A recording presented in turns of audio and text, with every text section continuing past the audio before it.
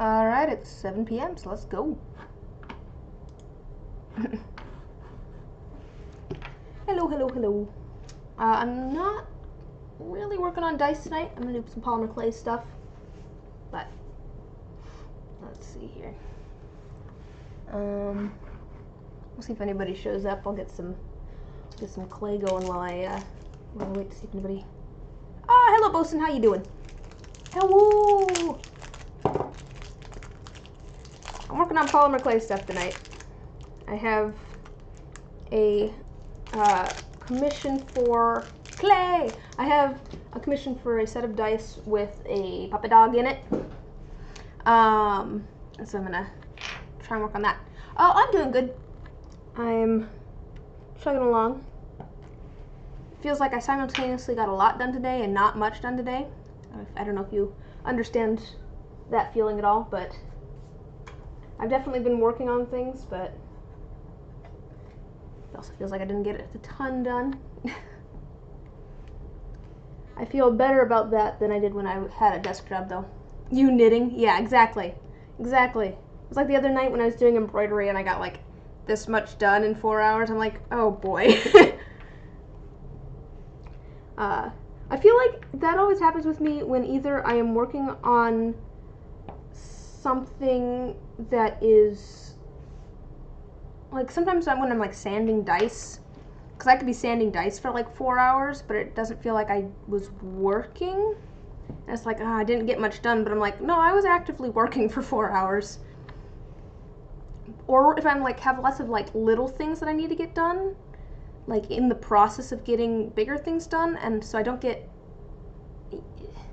like nothing that has any sort of like visual end goal gets done, but I got a whole bunch of little things done. Oh, here, I should move this into frame. It might, maybe it would amuse you guys, I don't know. I have my fancy setup is the worst, yeah. Oh, here, just a second here. Make it so you guys can see. My fancy clay softening machine, which is a pasta roller. I'll move it off to the side a little bit so it's not in my way, but I always take like a lot of time with like setup and stuff too, if you couldn't tell by my streams, because I'm always worried that I've forgotten something. Oops, I don't think I have that tightened down very well. Oh, no, we're okay. But I think it has gotten better for me since I've actually started like keeping a planner with everything that I do in a day. Because I can actually be like, oh yeah, okay, I did ship 6 orders, and I did social media stuff, and I made dice, and I worked on cleaning some other dice, and it's like, okay, I did get stuff done. Just doesn't feel like it. And now I'm working on more stuff. I guess to be fair, this doesn't necessarily feel like work either, because it's kind of fun. I enjoy streaming. I enjoy making stuff too. So I mean, most of my current work doesn't feel like work, but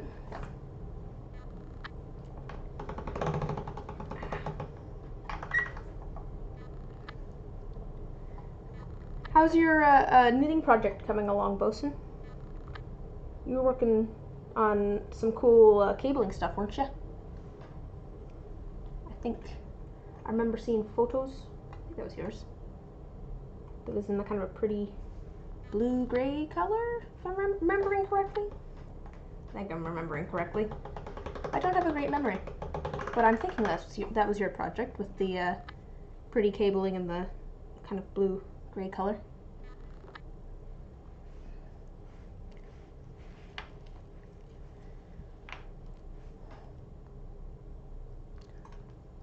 It's kind of weird. Not weird. I feel like I have no idea. I should figure out some sort of pattern. I have no idea what the pattern is for like the number of viewers that end up showing up for ooh, trying on the second ball. Nice. I did like that blue-gray color. But no, I don't know, like, I don't know what necessarily has affected viewership on these things. Not that I'm super worried about that, I just like having people to talk to. I don't know if it's the crafts that I'm working on. I don't think it's necessarily the time, although it's quite possible that, you know, people are just available certain times or aren't at other times. But I'm kind of curious on that. Because I do like doing this because I like chatting with people. So if there's not going to be anyone to chat with. Oh, it's finals week right now? Oh man. Yeah, I know that I've kind of assumed that Teacup Beta has been busy with school stuff, and that's why they haven't been here, but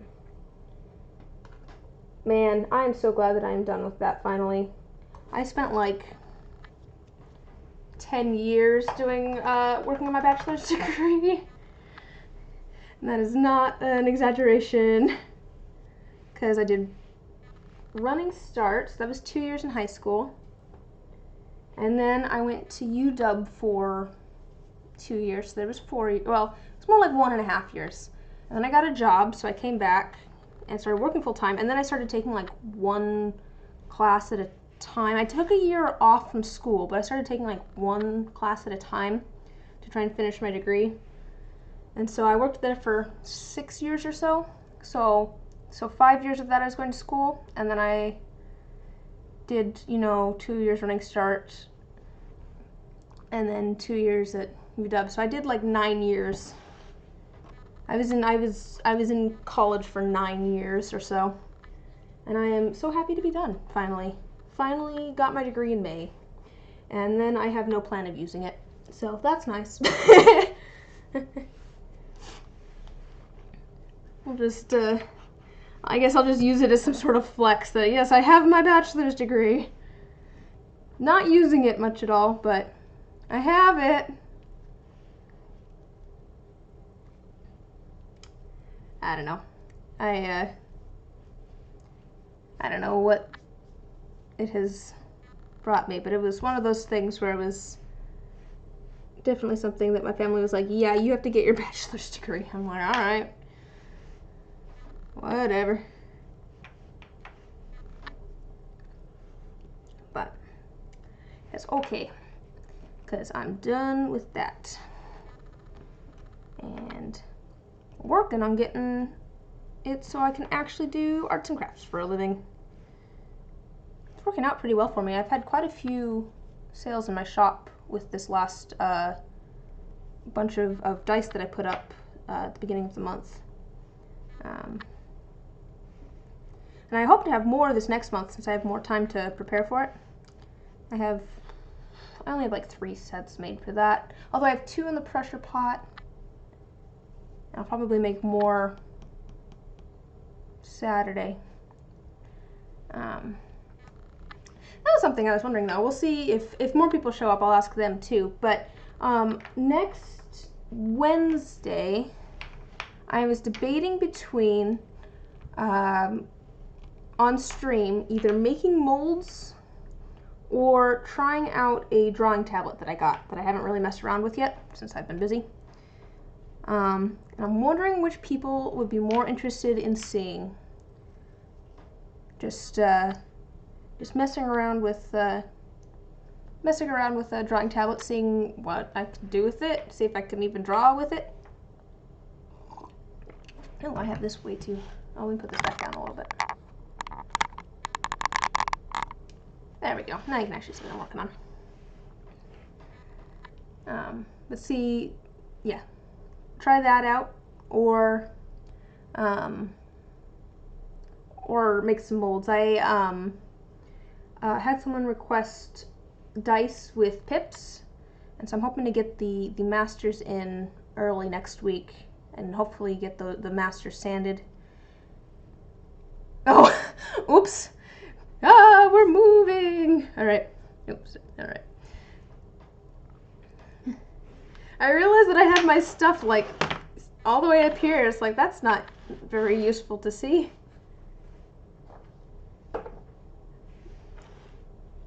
There we go. We'll get that all. It's just the thumb right there that's It's coming for you. But yeah, if there's any sort of preference between making molds or trying out a drawing tablet, I will do one or the other on next Wednesday. I haven't quite decided yet, because I've done mold making before, but it's been a while, and I've had a couple people ask me about how to make molds. But on the other hand, I feel like that's not necessarily as, like, fun creative stuff as messing around with a drawing tablet might be. I don't know. To be fair, it probably depends on who's going to show up next week, too. Oh, I haven't started sanding your dice yet, Bosun, because I realized that because of how I did your dice, they had a lot of ink in one spot, and so I need to let them cure a little bit longer than I would some other dice. And that's perfectly normal. I've noticed that if there's an area that is very saturated with alcohol ink, it takes longer for it to cure fully. It'll be kind of softish. So I'm still waiting for yours to, yes, soft boys. Your dice are a bunch of soft boys at the moment. They might actually have set up by now. I was gonna let them sit a couple extra days. I'm working on getting a different set of commission dice all done anyways. Those are actually on my table to get inked, so I can send them out, but I still need to finish the keychain for that one. Hey Jen! Ah, you're here before you do a brief bank trip. Well, hello. Alright, I honestly was not as, this is going to sound probably bad, Bosun, but I was not as worried about getting yours done super quick, because I knew that they weren't for someone for Christmas. I knew that you got them for yourself, so I wasn't as worried about it. But I think I have them done, so I'm just waiting for them to set up before I finish sanding them. And hello, Jen, if you are still here before you're spoiling yourself. Good. Treat yourself. I mean, I have to tell you this since you're getting them for me, but no, Jen, I was just saying, I'm not sure if on Wednesday if I want to, I'm either going to work on making molds or I'm going to try out a drawing tablet that I got. And I'm wondering which people would prefer to see. And that's a question for you too, Bosun, if you have a preference. Because I've been wanting to try out that drawing tablet, but also either one. I do need to make molds, and I've had a couple people ask how I make them. But I figure the drawing tablet's probably kind of more fun, creative stuff. Either one. All right. That is good feedback.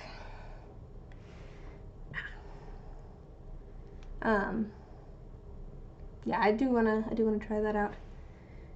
I did pull the drawing tablet out of the box and attached it to my computer, and I set it up so that it had pressure sensitivity for line weight instead of opacity. I pulled it out enough to figure that out, and that's about it.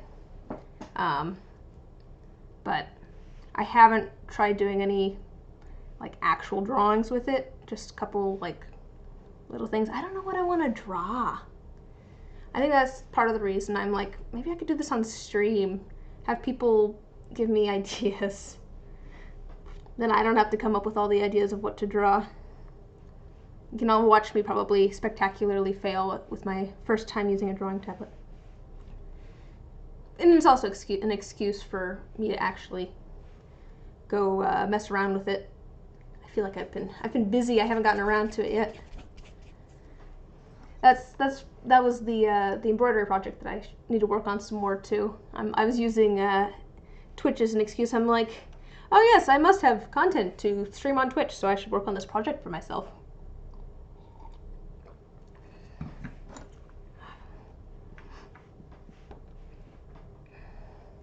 I should work more on that at some point too. Oh, I was gonna mention, I am in a different spot, if you guys couldn't tell. I mean, I am in basically the same spot except moved back to the table that is usually behind me. Like the wall is much closer and the shelves are much closer than they usually are.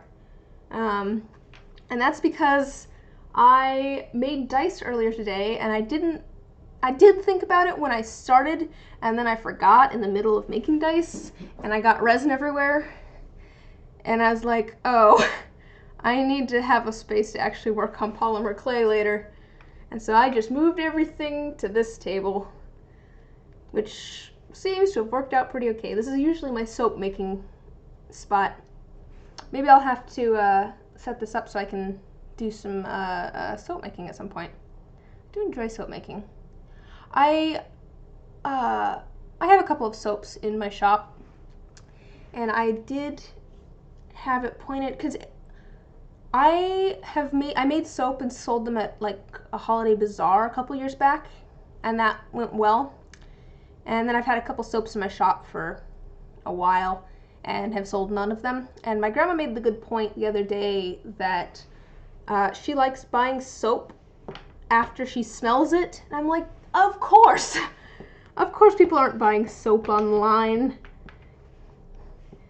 I like going to craft fairs and smelling the soap before I decide which one I want. That makes absolute sense. No wonder resin is doing better than soap. So maybe if I end up going back and doing more holiday bazaars after quarantine is over, I'll have an excuse to make more soap. But that does make sense. I am trying to think of more ideas of things to make. I enjoy making dice, but I mean, I like to think of myself as an optimist, but I'm a little bit of a pessimist when it comes to actually being able to do arts for a living. So I'm trying to think of like more ideas of things I could make. And like, you know, the mushroom necklaces that I've made have done really well. I'm probably going to raise the prices on those since I sold out of the 10 of them that I had made in less than a week. I think my prices are a little low. Not a ton, not a ton. I think I'm going to raise the price by like $3 or so. Oh, vampire soap. Your mom has informed you that she'll take your fingers off if you get more. Do you mean get more soap or just order more things online? And I do like the vampire soap. It reminds me of like, oh, soap. That's fair, that's fair. Do you have a lot of, like, you love soap? This is gonna sound weird, but so does my cat. My cat Fitz. I don't know what it is. I think it's only, I was gonna say I thought it was only my handmade soap, but I'm not sure it is. He loves to lick bar soap. That's part of the reason I have to keep him out of here. But, and I have all of that soap packed away anyways. But the bar of soap that is next to the sink upstairs, I've had to put like a container over because he will just sit at the sink and lick the bar soap. I don't know why, and it can't be healthy for him.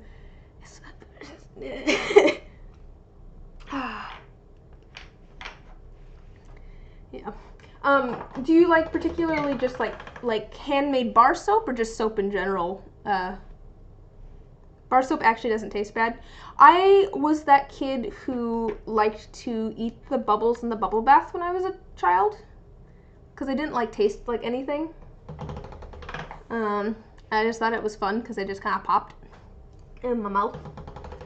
But I don't think I've ever licked a bar of soap. Just like I have a bar of soap.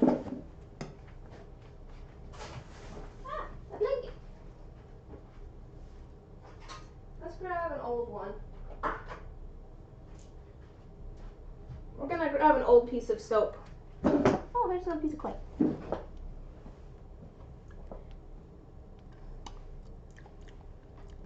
Doesn't taste great. It's not, oh, no, it's not good. Ugh. I disagree. Bar soap doesn't taste good. Ugh. Ugh. I disagree with you greatly. That does not taste good. Drink some tea.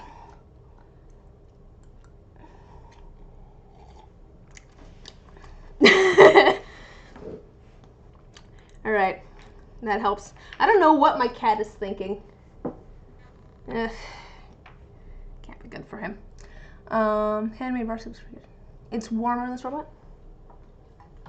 Kind of make actually that makes sense to me. That makes a lot of sense to me because actually, well, there's different kinds of handmade soap. The kind that I make has oils in it. Oh no, I can still taste the soap. I regret. Here, I'm gonna eat a cracker. No, but the kind of soap that I make, cold process soap, it's a mixture of lye and oils.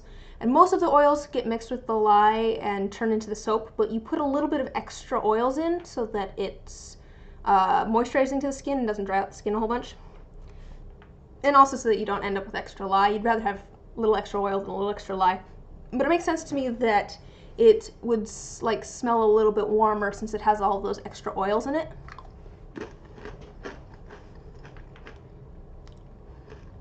Whereas I think most most like store-bought soap probably has more of a glycerin base.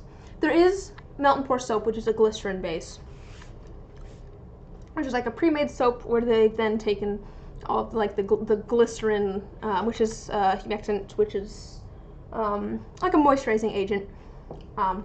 They've taken all of that base and made it so that you can melt it and add stuff to it. So there is that kind of handmade soap, and it has a different scent to it. I actually have some right here, but I imagine that store-bought soap is probably based more in that glycerin or in some sort of detergent than it is in the like actual oils. So I could imagine that would affect the scent. I need to put my honey soap back on in the store too, because I did make more of that.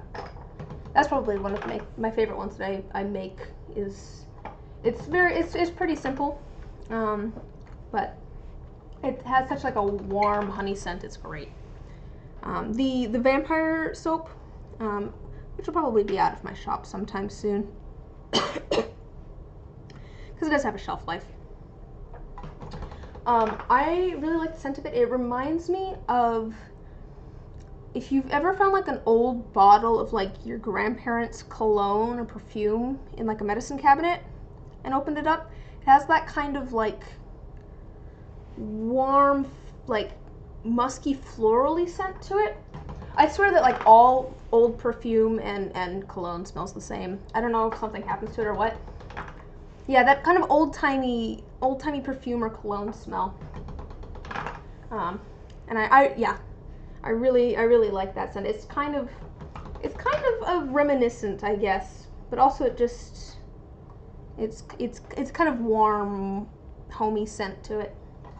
But I thought it was kind of fitting for kind of a vampire theme, just because kind of like an old castle or something like that. Someone who's been around for a long while. But yeah, maybe once I can sell things in person again, maybe I'll do more soap. But I have been enjoying resin. I'm trying to think of more resin things to make. I had the idea, I'd have to think of how to do it, but I had the idea that it might be cool if I could set it up to do like custom like video game cases, not for like putting video games in, but like the controller outsides. What do you call those? The shells, but like the shell of like video game controllers and stuff. I was like, that'd be cool if I could do like custom ones of those. Like if you have a PlayStation controller, make it, people like will paint them and stuff. Yeah, not like a protector even, but like the plastic shell that makes up the controller itself. What do you call that? What do you call that? I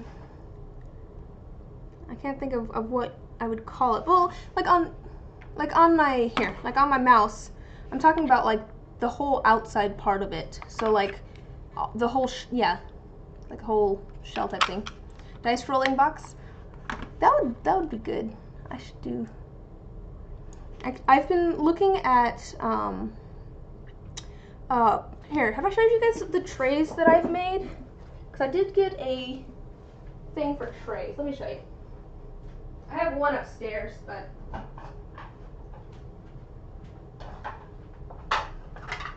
I have one of them upstairs. I have a space one upstairs, but I got like a thing for little trays. My problem is, and I think I've solved this because I did order some more boxes. They didn't fit in any of the boxes that I have. And so I was actually going to list some this last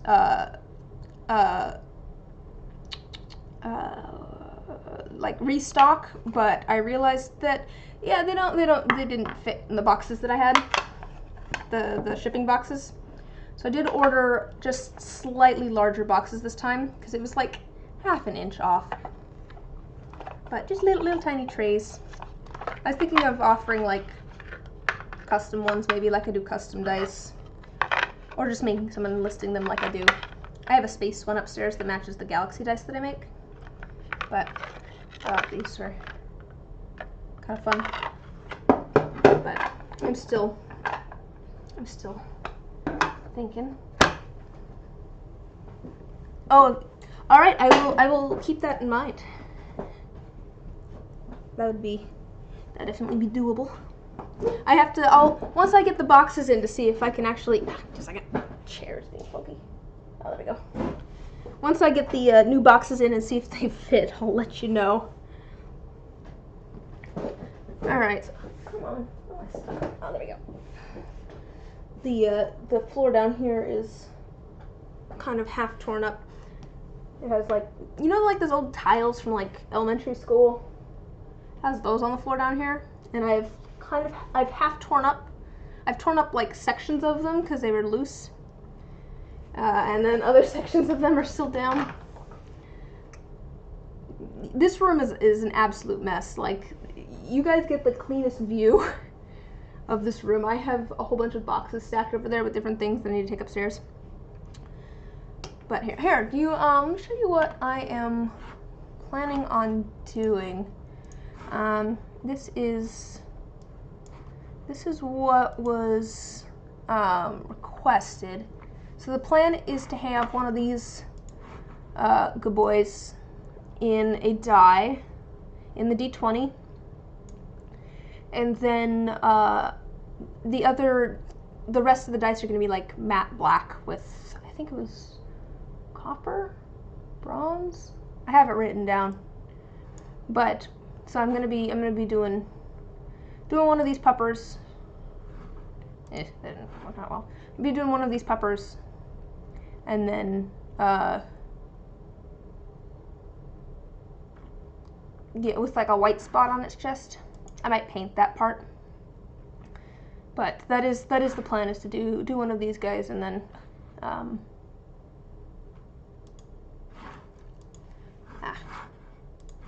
click back to all of my management tools. It's gonna be in the D20. All right. I feel like that's not a bad color. I don't have enough room on my screen, I swear. Maybe a little bit more orange. It's kind of not a bad brown. I might do it this, and then I think, actually, I might do it a little bit lighter, and then, no, I'm gonna do it this color, and then I'll paint things. I'll weather it a little bit and then maybe dry brush a little bit. But I think I want it standing up for sure. I like this image. So I'm gonna be switching back and forth between that. So I need that. I need some black. There's definitely cat hair on that black. And then I think I'll probably end up painting the white spot on its chest. I'm gonna do kind of the rough colors, and then I'll paint it. And I need it to fit in that. So it's gonna be small. It'll be standing up. We might get a surprise visit. Well, it's not gonna be a surprise. We might get a visit from my brother at some point, because he is trying out, he got, I think it was for Christmas last year, he got like a 3-month subscription to like this spices thing, where they send you like spices for a different like meal for 3 different months, and he has some choices and stuff on which he wants to do. And he's trying out one of them at the moment, and he was hoping it was going to go a little bit faster than it has. But he's toiling away at the moment. But he might bring some food down. So we might hang out for a minute while I eat dinner too, depending on when it is. Maybe it'll be after I'm done. I don't think it'll be that long. I think this will take a little bit of time. Alright, this soft black is quite soft. It's not quite all mixed together. I feel like my lighting's not as good over here as it is, you know, 5 feet that way.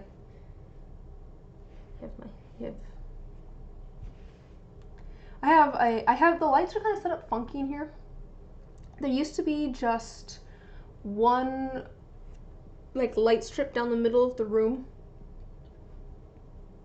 and we tore that out, and I have these LED lights in here, like LED shop lights, which honestly are great. They do put out a lot of light, which is really nice for a craft space. I think this is the same lights. I got these from my dad. I think they're the same ones that he put up in his shop. I think these may have been like spares from that. But do work great. But they're like, there's like one, and then there's another one that's kind of at an angle, and then there's another one. And they're a little funky. There's one right over my workspace over there, and then there's one kind of like over here, and one that's right there. So it's like kind of off to the side more than it is in my normal workspace where I stream. I did make dice earlier today. I was working on. I'm making dice for both my mom and my dad for Christmas. I already made a set for my brother. My brother and I kind of agreed. We're like, we got things for each other earlier in the year, and we're like, okay, these are Christmas presents, because he got me a fake, like a fake practice sword and dagger, and I made him a set of dice. We're like, okay, cool, we're set for Christmas. But I grew up playing D&D with my family, and we, oh no, just a second, there's one of the dice.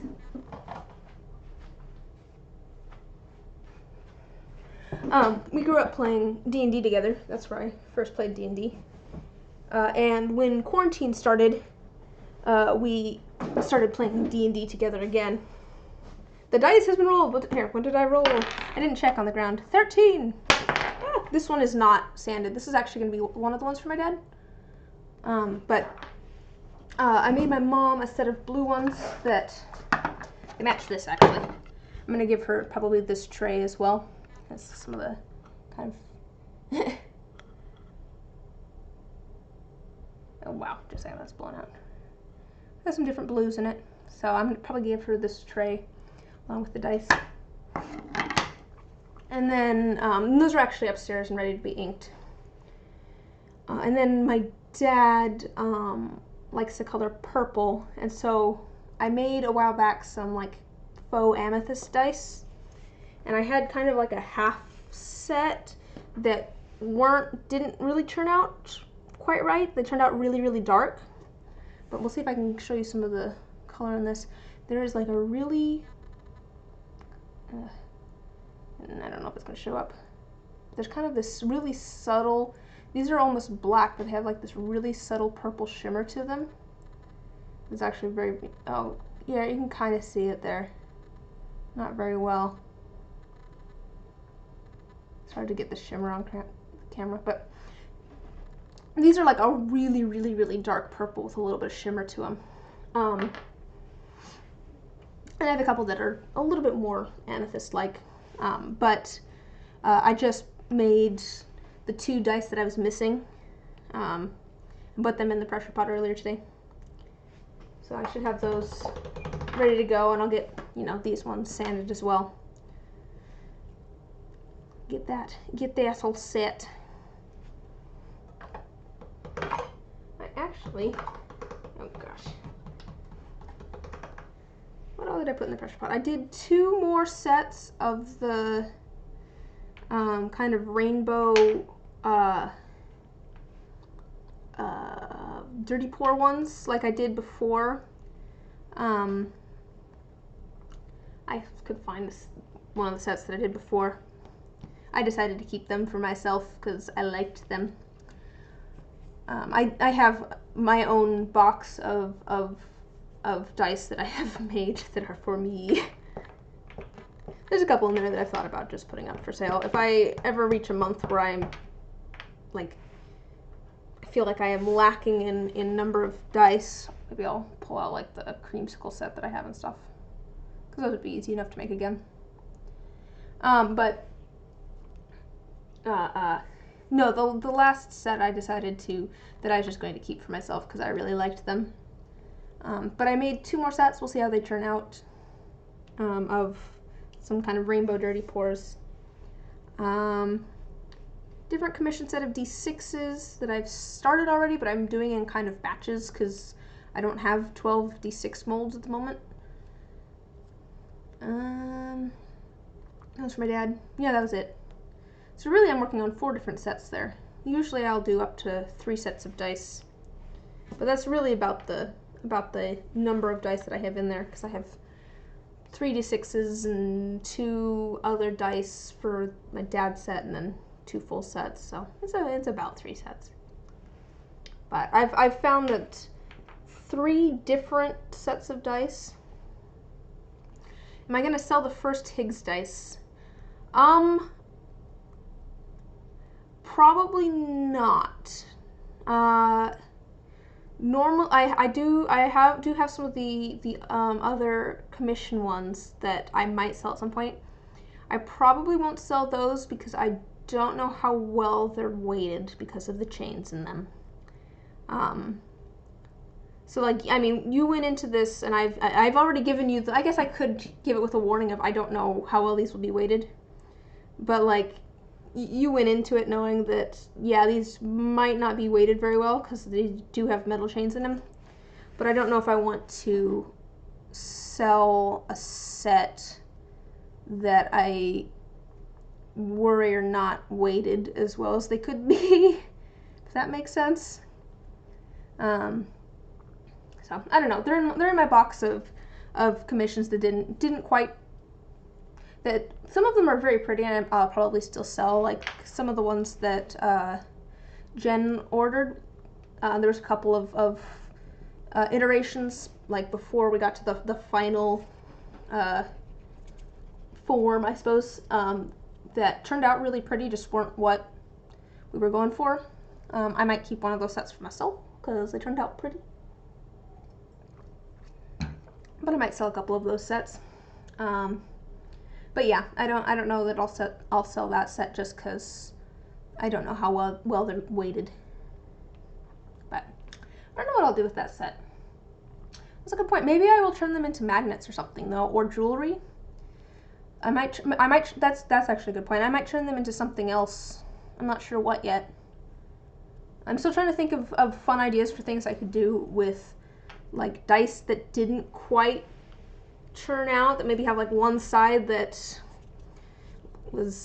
got completely sanded off, or maybe they ended up with a big bubble, something like that. I'm still trying to think of something good to do with all of my sort of failed dice. I've seen people make jewelry. I'm trying to think of something that might be kind of unique. I'm not sure. I'll probably do some jewelry, but I'm not sure. But yeah, that's an idea. I might end up doing something. You're a sucker for a keychain. I was over here like, do people use keychains anymore? I guess, to be fair, my keychain is like a USB drive, and that's clunky enough that I wouldn't add like another keychain. But I guess I do see people making like cool shaker charms and other things for as keychains. I'm like, those are really cool, and someone must be buying them. But yeah, I was gonna make your keychain earlier today to go with the set of dice, but oh, you put them on your book bag. Oh, that's fun. Yeah, see, that's fun. Have them kind of as like charms. We were talking about phone charms when your friend Simmons. I don't remember. I mean, I don't remember, but I don't know how the name's pronounced. I think it was Simmons. Was here at one time, but because Sims. Oh, okay. But yeah, we were talking about phone charms and how phones don't have the spot for the little loops anymore, and I actually have like the little thread loops for phone charms. I actually have a little bag of those. I think maybe I got them as a throw-in with some like keychains or something like that, but I don't know what I'm gonna use them for necessarily. No one uses phone charms anymore. But yeah, I was gonna make your keychain earlier today, and I put some resin in the thingy, and it's a little bit of a mess. I'm gonna be remaking that. It didn't really turn out. I was in a little bit of a rush at that point, but it's okay. I'll do that the next time I pour some resin. What is today? Today's Wednesday. So not tomorrow night. Probably Friday. Probably make that Friday. I need to finish up the red rose keychain as well. I have everything else all set for that, but I don't have the keychain done. The keychain, it's like the charm is made. I just need to attach it to like a little metal loop. All right. I think this is soft enough that I could do this now. All right, let me think about how big this needs to be. Gotta think about some shapes.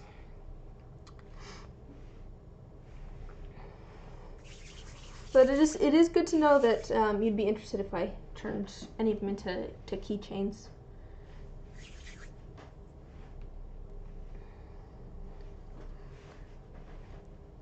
And it is good to know that people are interested in keychains too. I need to look at a reference photo. Okay, so they have kind of like a triangular sort of. Oh, just a second. I'm gonna go quiet for.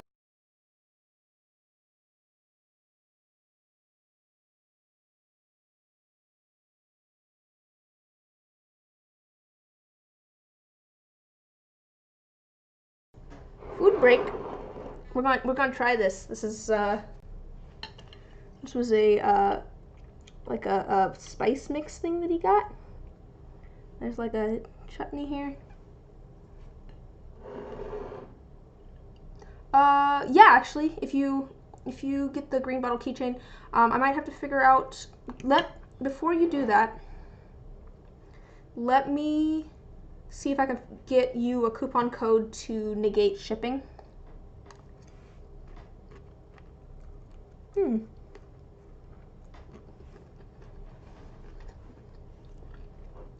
So if you shoot me a message, on Etsy, I will see if I can get you like a coupon code to ignore like shipping on that specific one.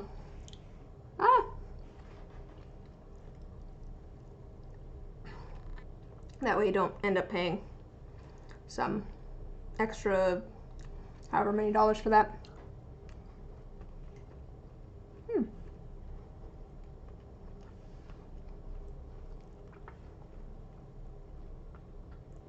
This is actually pretty good. Okay, so there's like a chicken. There's like a noodles with like some shrimp and some pork. And there's some sort of chutney here. Let me try it. Oh, that's spicy. Oh, that's very spicy. Oh. Oh boy.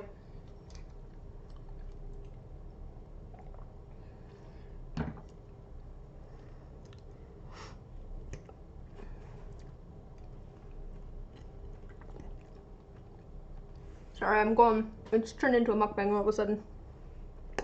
But I haven't eaten dinner yet. Actually, have I eaten anything today? I think I had a Rice Krispie treat earlier. Is that it? I ate some chips. If you put corn chips in front of me, I can eat a lot of corn chips. I like just plain corn chips.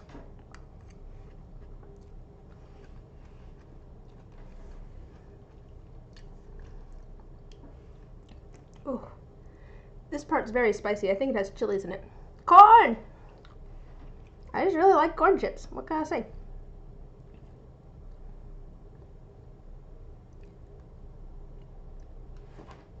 Okay.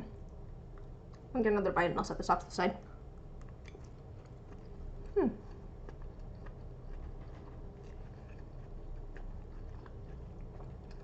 The noodles are kind of sweet, which is nice.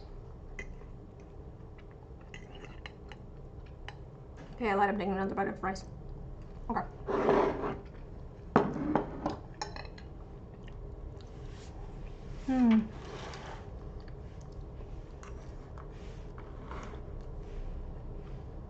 I'm very lucky to have a brother who is an excellent cook and also enjoys cooking.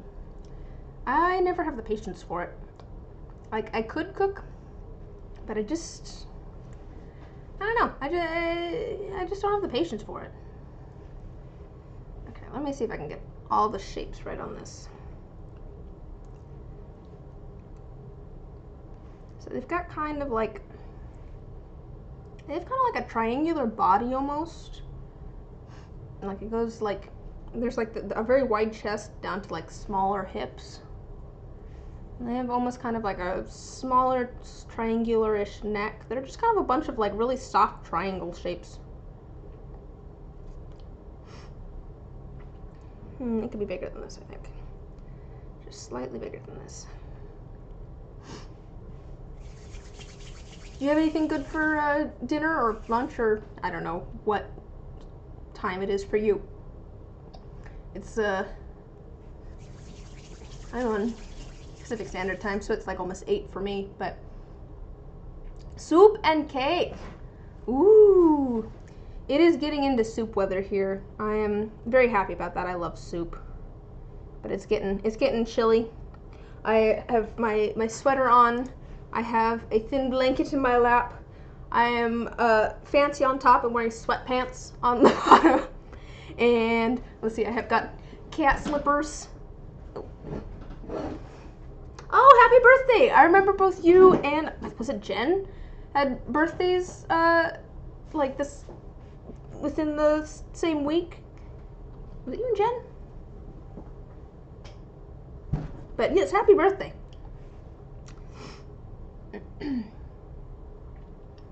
So yeah, there you go. That's the best part, having all that leftover cake.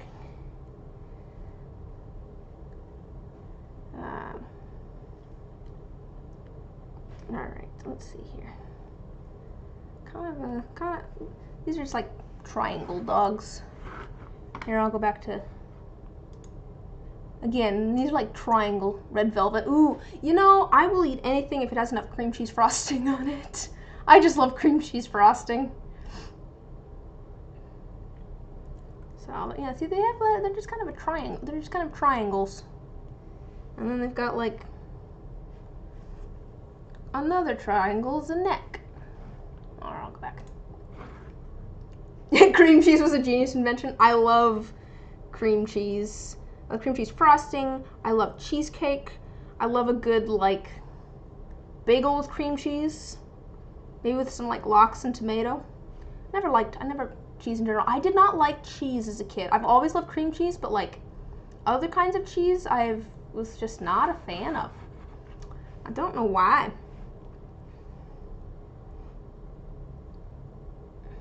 Alright,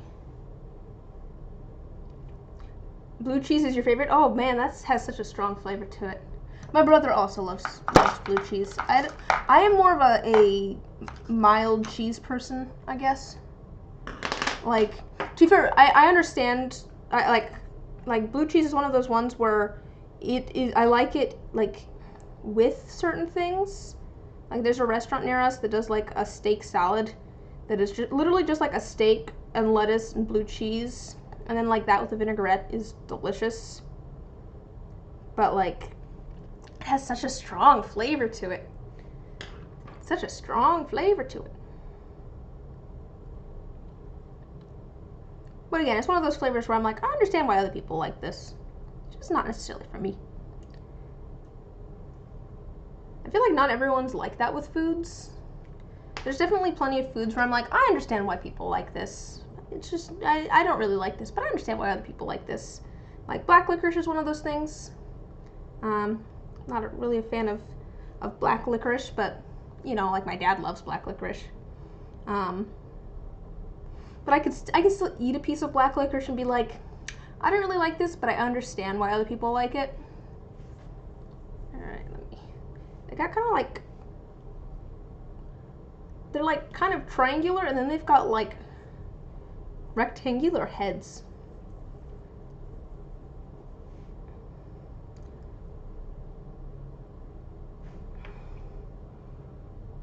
This maybe looks more like a horse. Just a second here.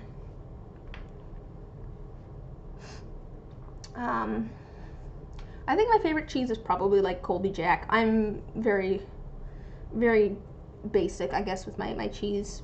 But I feel like it's nice because it's kind of milder.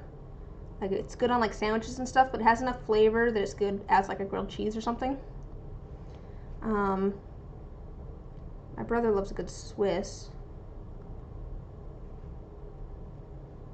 I don't know if that's his favorite, but he does like a good Swiss. He likes a good sharp cheese, but he also likes like provolone and stuff, which is so light.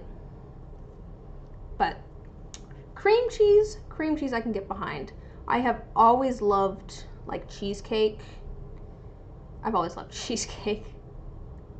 They look like a slightly bigger schnauzer. Now I have to look up what a schnauzer looks like.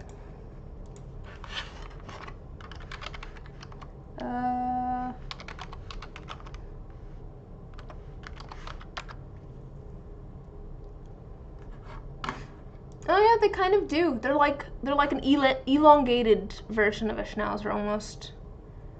Like a somewhat browner and elongated version. They're a little more like triangle shaped too. No, the schnauzer has some triangle shape. It's like their beard hasn't grown in as much as the schnauzer's has. I'm grabbing another bite of food.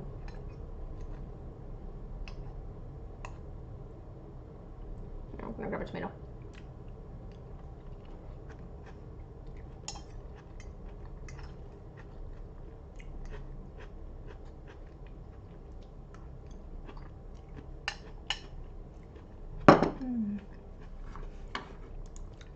Excuse me while I munch. Schnauzers do look like the old men of dogs. This looks like, I guess the Airedale looks kind of like a Schnauzer before it got old. Like it's old, but it's not quite as old as the Schnauzer. Like it hasn't quite gone gray yet, but like it's getting up there in years.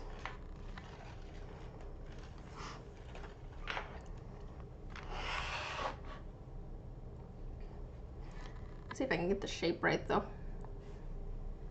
I think I don't have the neck long enough. I think that's my issue. It's a middle-aged dog. Yeah. Man, why do you just consider middle-aged? Because like, I guess as I get older, people don't look as old to me, if that makes sense. Because like I have friends who are in their mid-30s. That doesn't seem weird to me now. I feel like 50 to 60. Okay, yeah. That seems. I was thinking like 40s and 50s, but we can say 50 to 60. But no, it's definitely kind of weird because I feel like as I get older, certain ages don't seem as old to me. Because like, I feel like when I was a kid, like even just people in their 20s, I'm like, wow, they're old, they're an adult. And now I'm 26 and I'm just like, oh no. Oh no.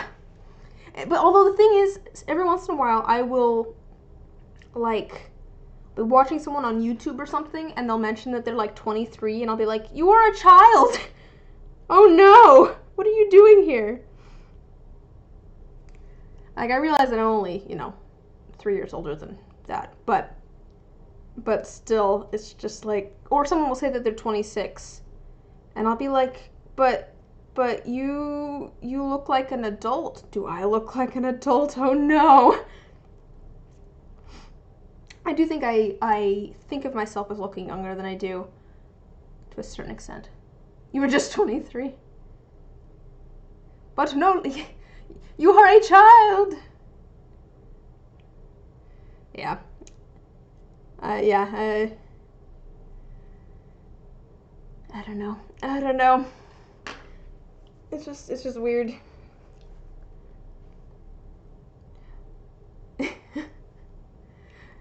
But that's the thing. I still think of myself as being like, I am a child, and then I'm like, oh, I have laugh lines. Or I see a different 26-year-old and I'm like, you are an adult. Oh no. Or I see a high schooler and then I'm like, yep, I'm an adult. Because that is definitely a child. I don't think of myself as being much older than a high schooler. And then I see a high schooler and I'm like, oh yeah, I'm definitely older than a high schooler. That is a child. Alright, let's see. I'm going to attach this and then we can move some stuff around. Actually, did I make a giraffe or a dog? I'm going to try and attach this and then I will worry about the completed shape here.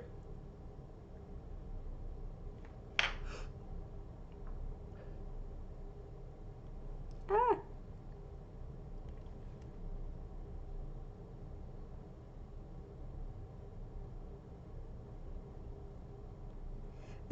That was kind of my, oh man.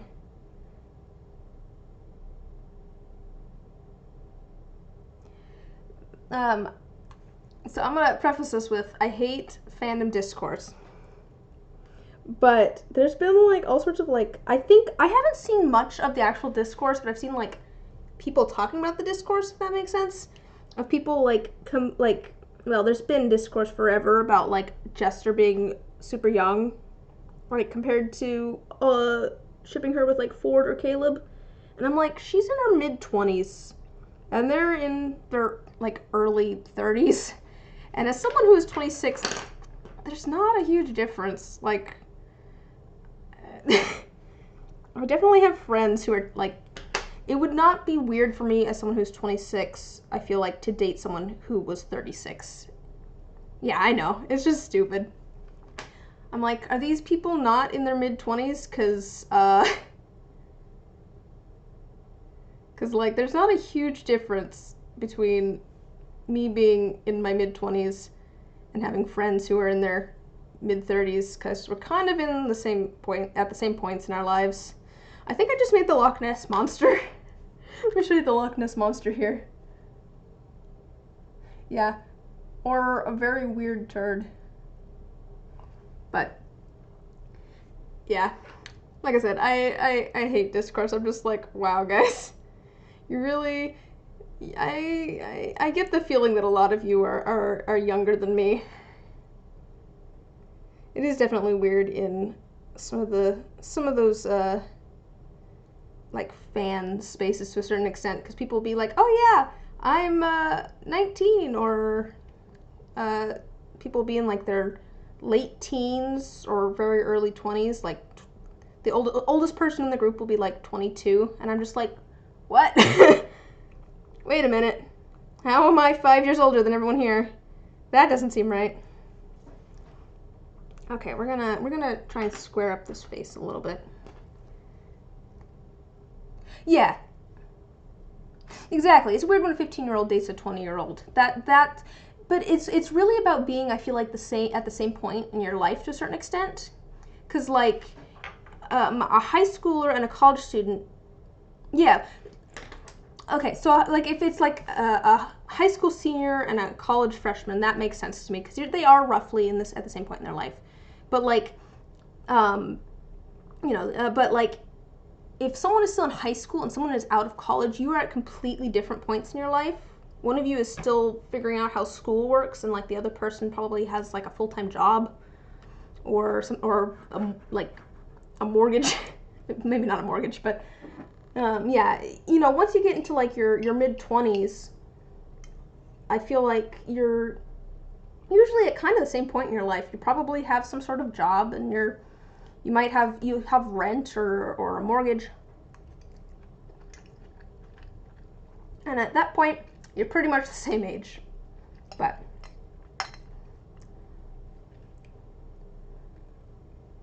let me eat another tomato.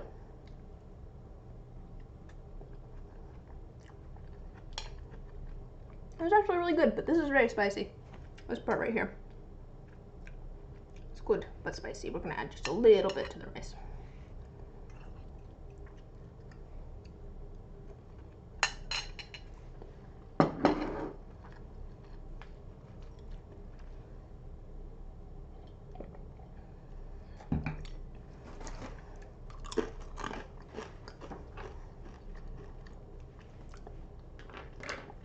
I'm not really interested in dating anyways, but it's still just kind of weird to me.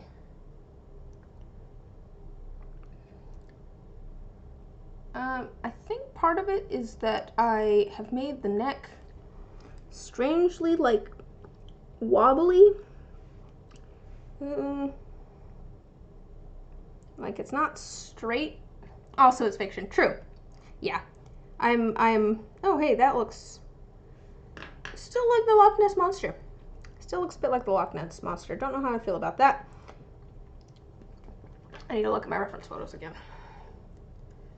Maybe once I add legs, it'll look less like the Loch Ness Monster. I think maybe the face is just too tall too. Yeah. I don't even particularly like ship that necessarily, but like I do think it's hilarious with how red Travis got, but that's a different story. But yeah, I am of the opinion that like, who cares? Ship whatever you want to ship. I don't care. It's fiction.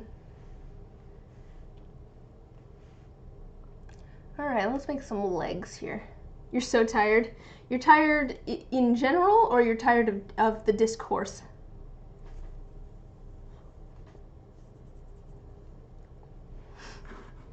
I'm gonna look at my reference photos.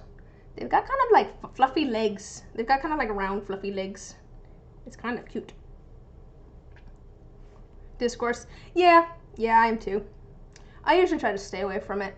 I just had to like share my opinion somewhere, and I didn't want to get involved. I figured that no one was going to, not many people were going to see it here. No, this still looks like the Loch Ness Monster. I think I have my proportions wrong. I have my proportions wrong.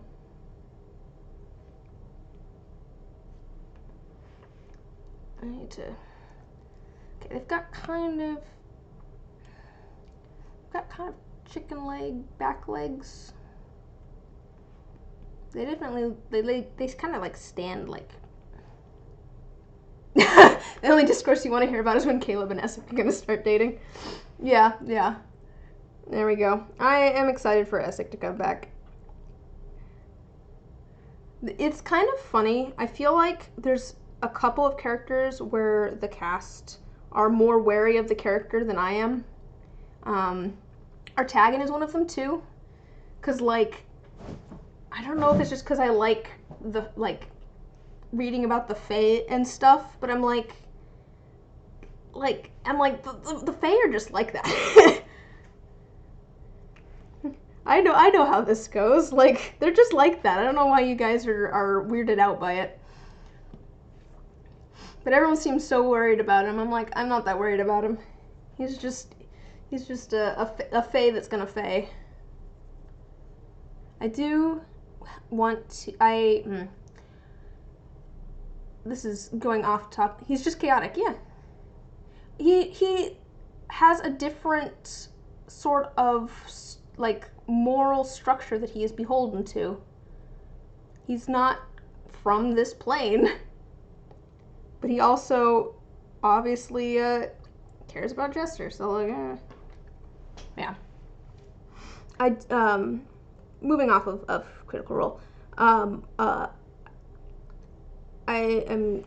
need to get my brother's help on it because he's a better writer than I am.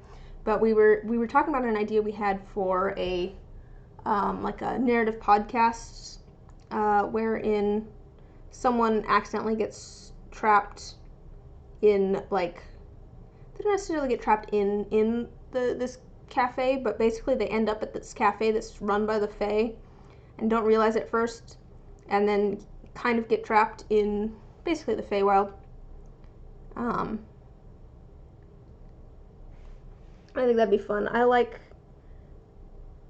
It's fun.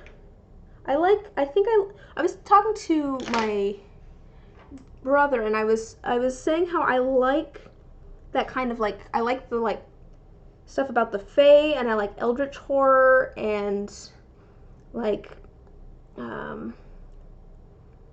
Welcome to Night Vale. I enjoyed that kind of subtle horror, and I think what it is that a lot of that stuff kind of falls in the uncanny valley a little bit, where it's almost human, but it's not quite human. I think that's part of the reason I like it. Because Welcome to Night Vale, for example, like, it seems almost correct, like, it seems almost realistic, and then there's, like, little things that you're like, that is not normal. Like, you're like, this, it almost lines up with reality, and then you have some subtle thing that you're like, that does not line up at all. Or with, like, with kind of like the Fae type things, they might appear human, but, like, how they operate is completely different from humans. Like, they have a completely different moral code, and that sort of stuff. And so part of what I like about it is that it's almost human, but it's not quite human. Okay, now it looks like a weird chicken. I might end up scrapping this one, we'll see. I think maybe the body's not long enough. We're gonna extend that out a little bit. Make it a little bit more of a triangle. Oh, that might help, actually. Oh, I think that helped. Does that look like a horse?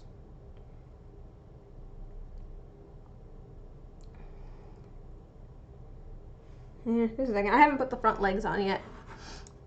Does this look like a weird horse so far? Does that look like a weird horse? I think I need to make the, I think I see what part of the problem is. This needs to go, the back needs to be flat,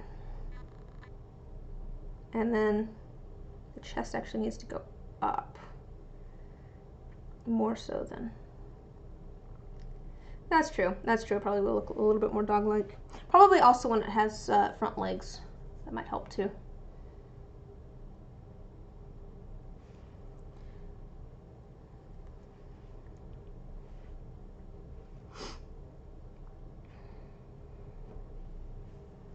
It does have that kind of long face, I guess, like a horse does a little bit. And that might be part of what's getting me.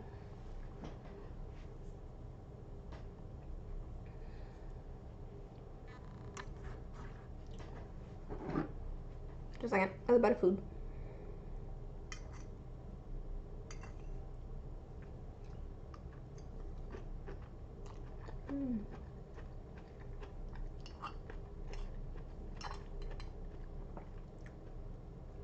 Have something spicy.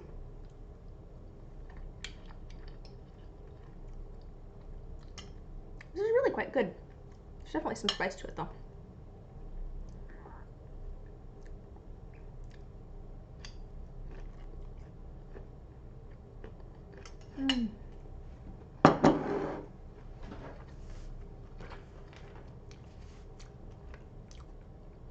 I can feel it warming me up, though, which is kind of nice. that gonna fit?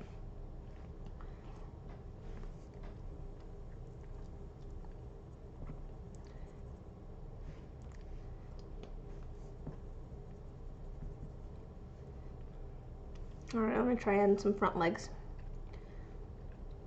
This one might end up being too big, but it's at least a good little test for me. Oops.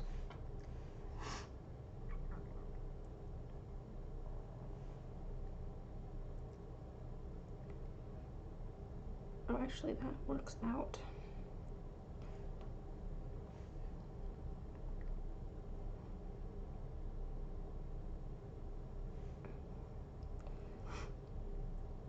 I think it actually looks a little bit more dog-like with the front legs on because of the way the back works. Just a second, let me try to attach these a little bit. It's a little bit rough at the moment.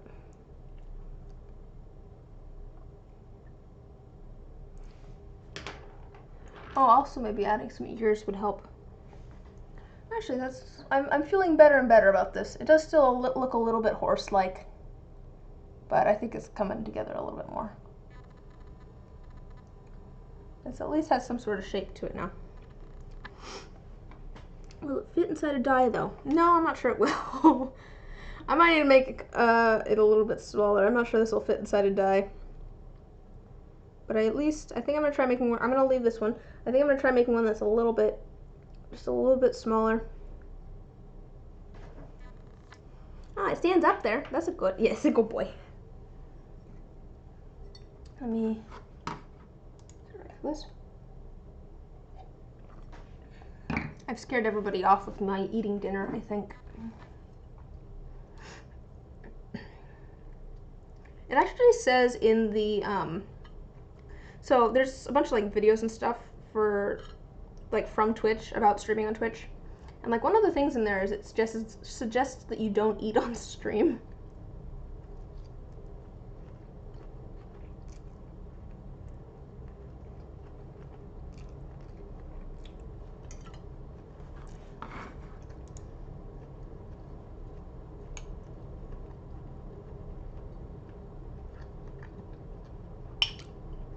We all gotta eat, exactly.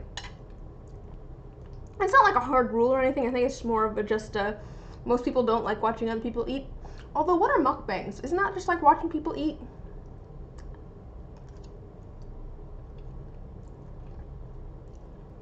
I mean, I'm not saying I enjoy watching other people eat, because I don't know. Eating's just kind of, I like knowing that people are eating. That's fair. That's a good point. That is fair, because I do forget to eat. I will forget to eat. It's part of the reason that I'm glad that my brother lives with me and cooks, is because I am too lazy to cook for myself, and also will work on other things and forget that food's a thing that I should be having.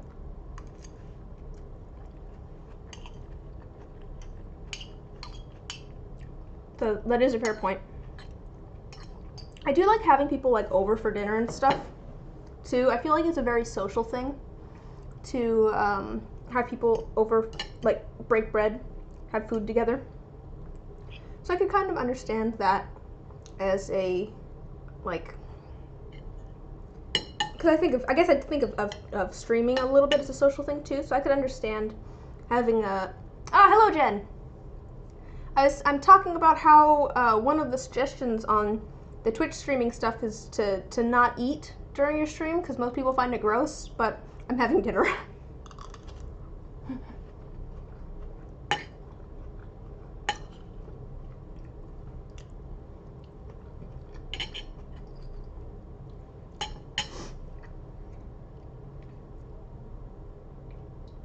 My mic's far enough away that I'm not making gross chewing sounds. I can chew closer.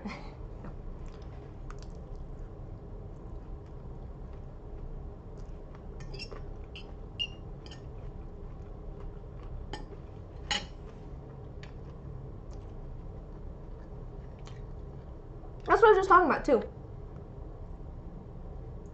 I was saying I don't necessarily personally understand the appeal of like mukbangs and like watching other people eat. But I do enjoy having people over for dinner as a sort of social thing.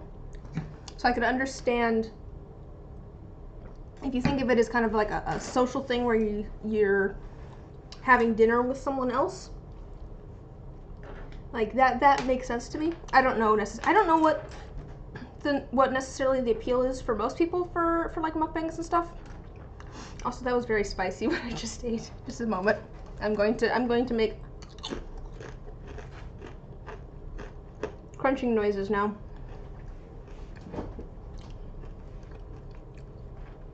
Ugh. All right, back to actually crafting. What's my spice tolerance? Not very good and not terrible, I guess. Both my dad and my brother like things a lot spicier than I do, but I can take things spicier than my mom. I'll usually, if I go to like, if I go to get like yellow curry, or my brother goes to get yellow curry from like one of the local places that does food, I'll get like a mild, not like no spice, but like a mild, and he'll get a medium usually.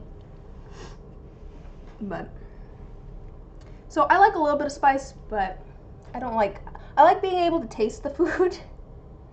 Anyways, I'm working on trying to make like a little dog. Still working on it. This one is a little bit big, so I am planning on kind of copying this, just bubby. I'm gonna try making basically the same thing, a little bit smaller, just slightly smaller, because I don't think that's gonna fit in my D20. I think it's gonna be a little bit big.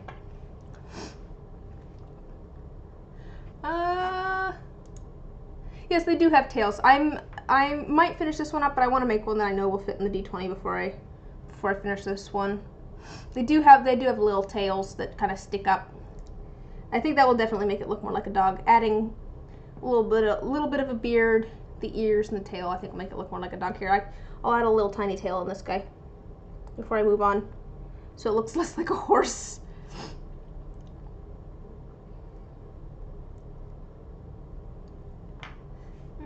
Here, I can go. I'll go back to there. You can see what I'm looking at. I just Googled the type of dog, and then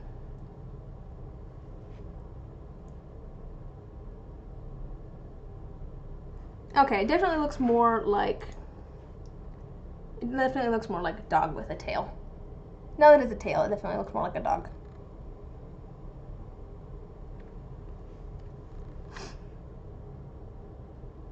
Oh, you know what I do love? I love horseradish. I love the flavor of horseradish. You like spice to taste, not like... Wasabi is a sensation. I feel like there's different kinds of spices. Like, this spice is kind of like a mouth burn spice. Wasabi is like a quick nose burn. Like, wasabi does not last, but it is like...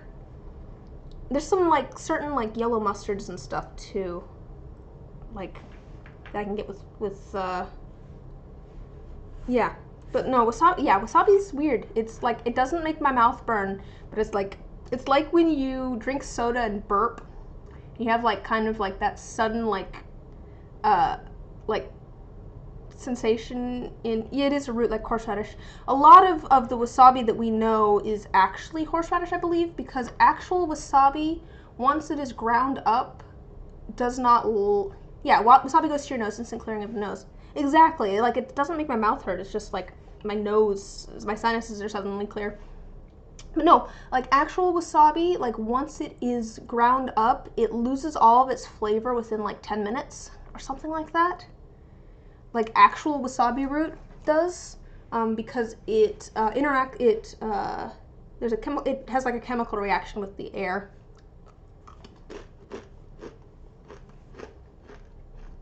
So most wasabi, you'll get at like a sushi place or something. I think it's like horseradish usually, or something like that. It's not actual wasabi.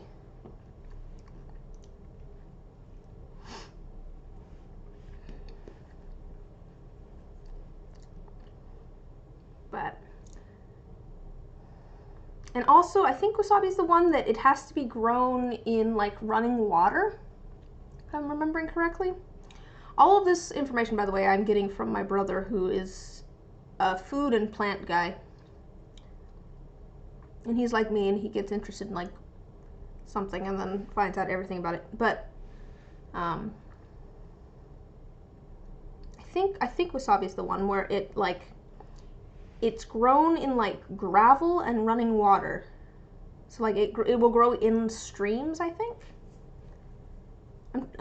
I feel like you should not take my information at face value, but if I'm remembering correctly, that is what I have heard.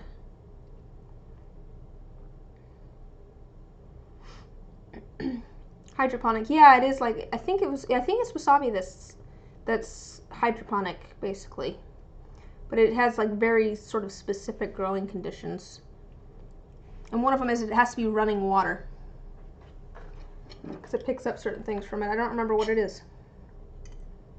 What's under here? Is that a piece of egg? I'm gonna regret this because that is very spicy. I think those might be chili flakes in there.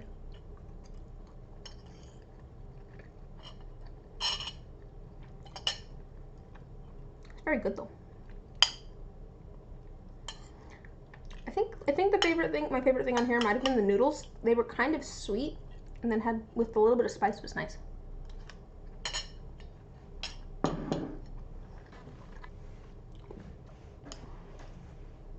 Okay, let's see if we can do the same thing sort of again. I think I'm going to do this, see if I can do this differently. I'm going to see if I can set this one to the side, because that's a good shape.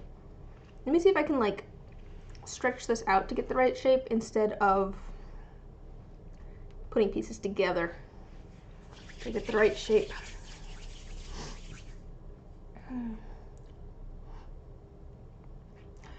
Oh, how are you doing, Jen? Did you have work today? I've already asked Bosun how. Bosun, are you, what pronouns do you use, Bosun? I haven't asked you. If you don't mind my asking.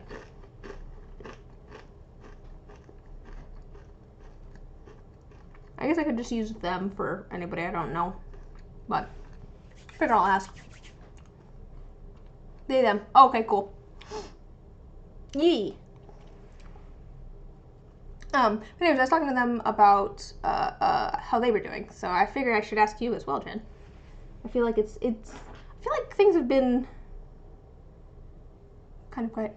You did not have work. Your job was once again closed, so you've been wondering if you had to turbo verify your unemployment from September. And ugh, that's really annoying. Yeah. Things are oh, I might see if you can open character design commissions again. What are if you have this information, what sort of thing, what's your like prices and stuff on your commissions?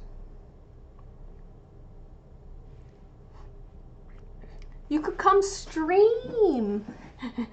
You could come stream on Twitch. Come draw.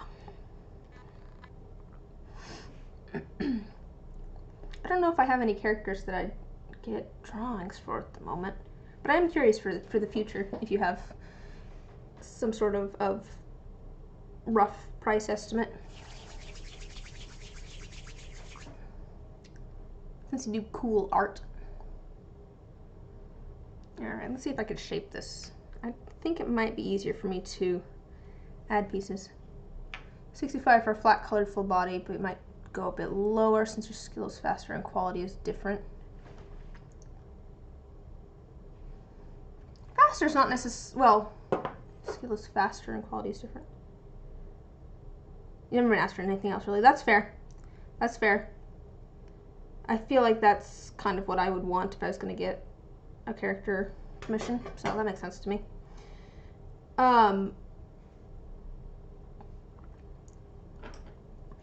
If you're faster at it, but it's still just as good as it used to be, I wouldn't necessarily lower prices. You've only had one customer, but do they come back a lot? Hey, I feel ya. I feel like you and Bosun have been my loyal customers that keep coming back, which is kind of great. Honestly, I don't know. It's kind of I don't know. It makes me all warm and fuzzy inside. It's like, oh, they like me. They like what I make. But no, you make cool stuff. So I could, yeah. Why not open up for commissions? That'd be cool.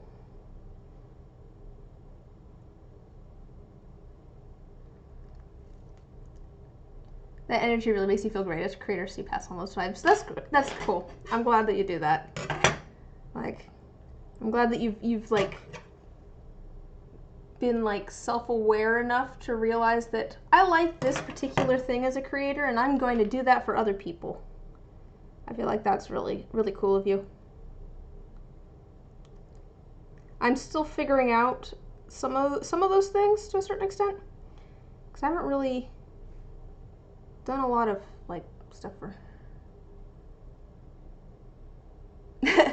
Once you find someone whose style vibe you like, you'll keep coming back until the person stops. No, that's fair. Like, I feel like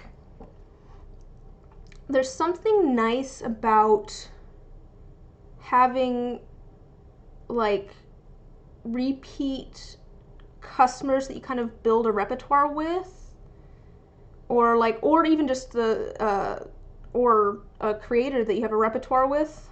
Like, it feels more personal. Like, I probably have almost more fun working on projects for you guys than I do for other people who commission stuff. And that's not because I don't have fun, but it's just because I feel like obviously I don't know you guys, but it's almost like, it's kind of like we're friends. We've kind of built up a little bit of a repertoire between us. Like, we kind of like are on the same page, and it makes it fun because I feel like I kind of know what you guys want a little bit, and I don't feel bad reaching out and being like, hey, is this what you want? It's just nice having that sort of understanding already built up. You despise social media and have no audience, so it'd be awfully hard. I'm more of a supporter than an initiator. Oh yeah, that is honestly the hard part. Like, the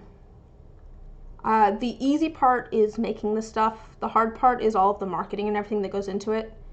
I spend so much, like, I have a schedule for myself. It's literally written into my planner when I am going to post stuff on social media. And then you have to like figure out what you're gonna post, and like different social medias have like different things that do better than others. Luckily, I have a friend that has done some social media stuff, and they have been very helpful. But let's see, being vocal and communicating is just best for both parties, honestly. Yeah. That's what I have found with like commissions and stuff, especially. I try to reach out to folks and let them know where I'm at on things.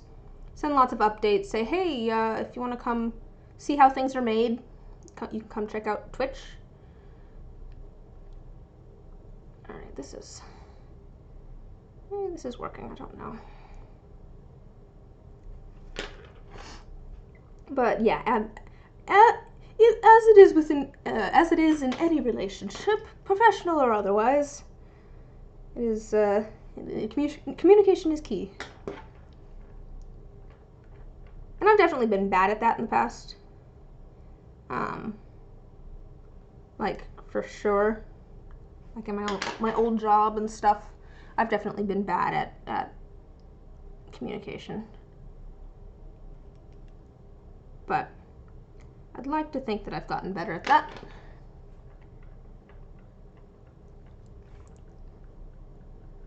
Alright, let me see if I can make these a little bit more right shape.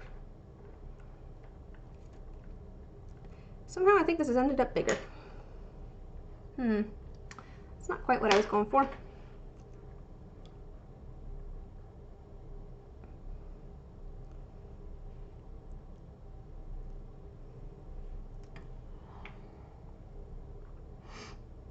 things that I have enjoyed, there's many things that I've enjoyed about dice making, and I'm sure I have mentioned this before. One of the things I enjoy is that everyone's style is different. Like, there's a lot of people that are starting to make dice now. I've seen more and more online and on Twitter and Instagram and all that. I follow a lot of dice makers. But it's kind of fun that everyone's making something different. And I feel like that really does work out in my favor, if that makes sense, too. Not to say that mine are better than other people's, because they're not, but they're definitely unique enough, because everyone's are different, because it really is sort of an art form, that it doesn't feel like it's a huge like competition or anything. That's what I really enjoyed about soap making too, is that between soap makers, it's never like a competition. Like, soap makers are always super excited when someone else gets into soap making. Oh, there you go. That's something that I guess I have kind of stolen and moved with creator wise, because I really enjoyed that when I started making soap, like how like excited other soap makers were if someone new was making soap. Like, it was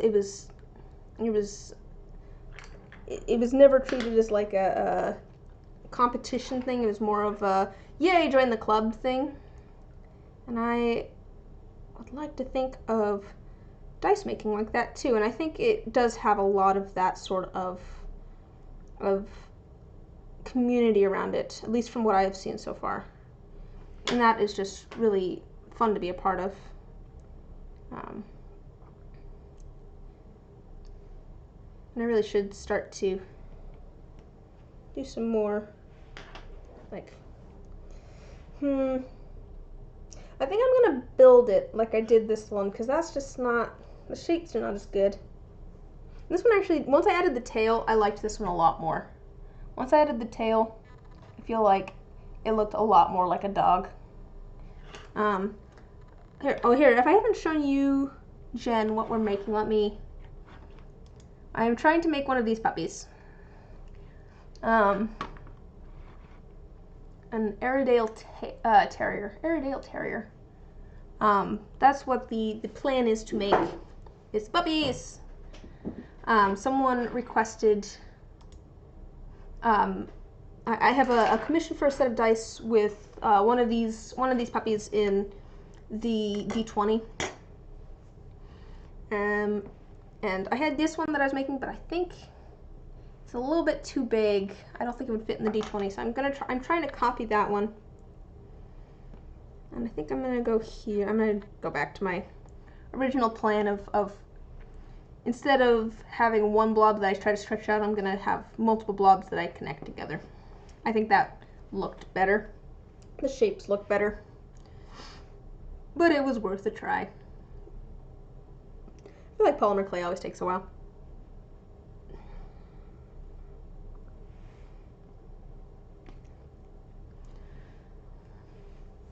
But yeah, it was. They're looking for one of these kind of dogs with like a white spot on its chest. And so I think I'm going to do it mostly in the brown here and then paint it, I think. I think that's my plan. So let me pull up my, there's the, just a second here, let me make this a little bit more of a triangle, because it is just such a triangular dog.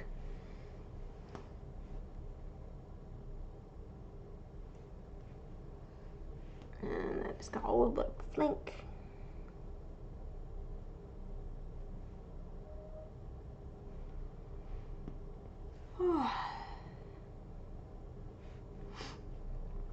And here's a completely different topic, and I'm sure I've mentioned it to the both of you before, But the plan is that once I reach 50 followers, I'm going to do a stream, and we'll make something in the stream, probably a set of dice, and then I will do a giveaway for what we make in the stream. Although I might have it where people have a little bit of a choice, so either it'll be the set of dice that they make in the stream, or something that's not a set of dice, because I realized that not everybody is interested in dice. I mean, that's what I mostly make, but like, there's probably, not everybody plays D&D, so.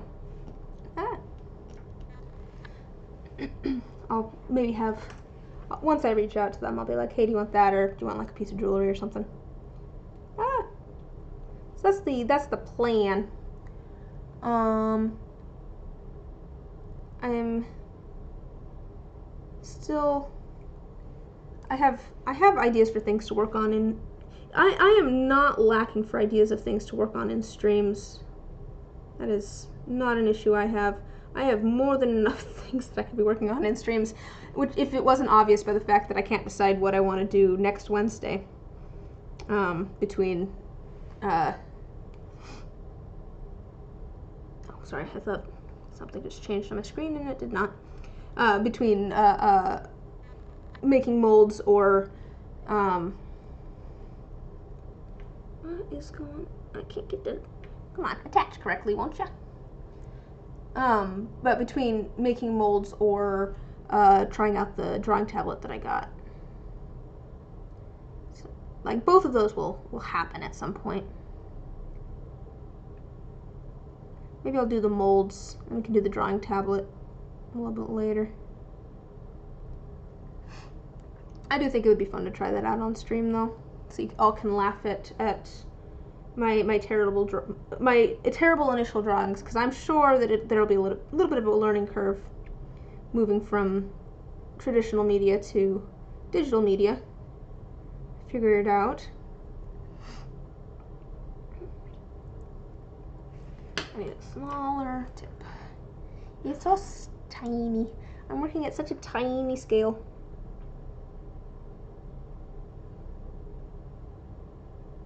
I feel like I should bring you guys down for like a close-up.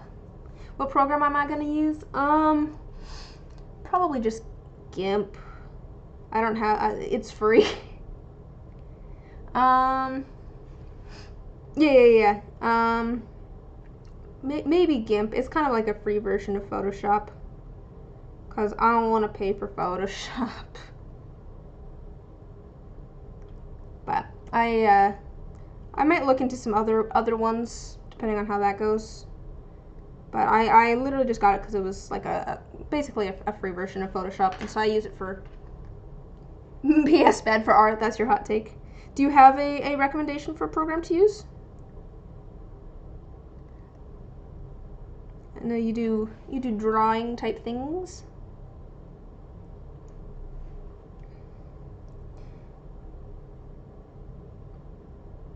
I think one of the things I look forward to the most in doing digital art is if I Clip Studio Paint is so good. Does it have, do you know how much that costs? Does it cost anything?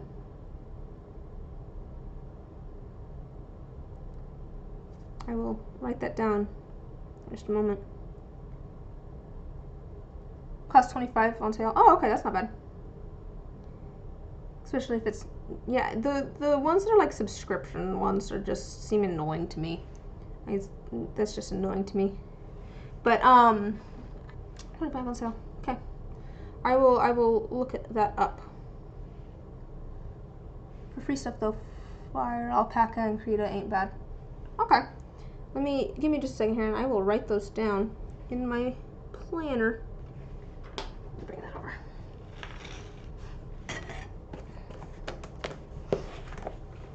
Maybe I'll do it on one of these instead. I'll look them up.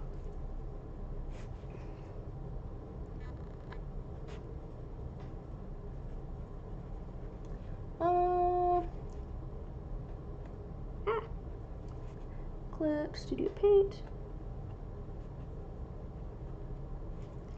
And then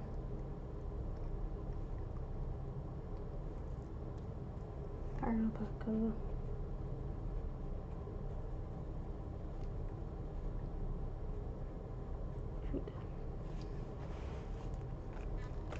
Yeah, yeah, I figured you meant the Clip Studio paint.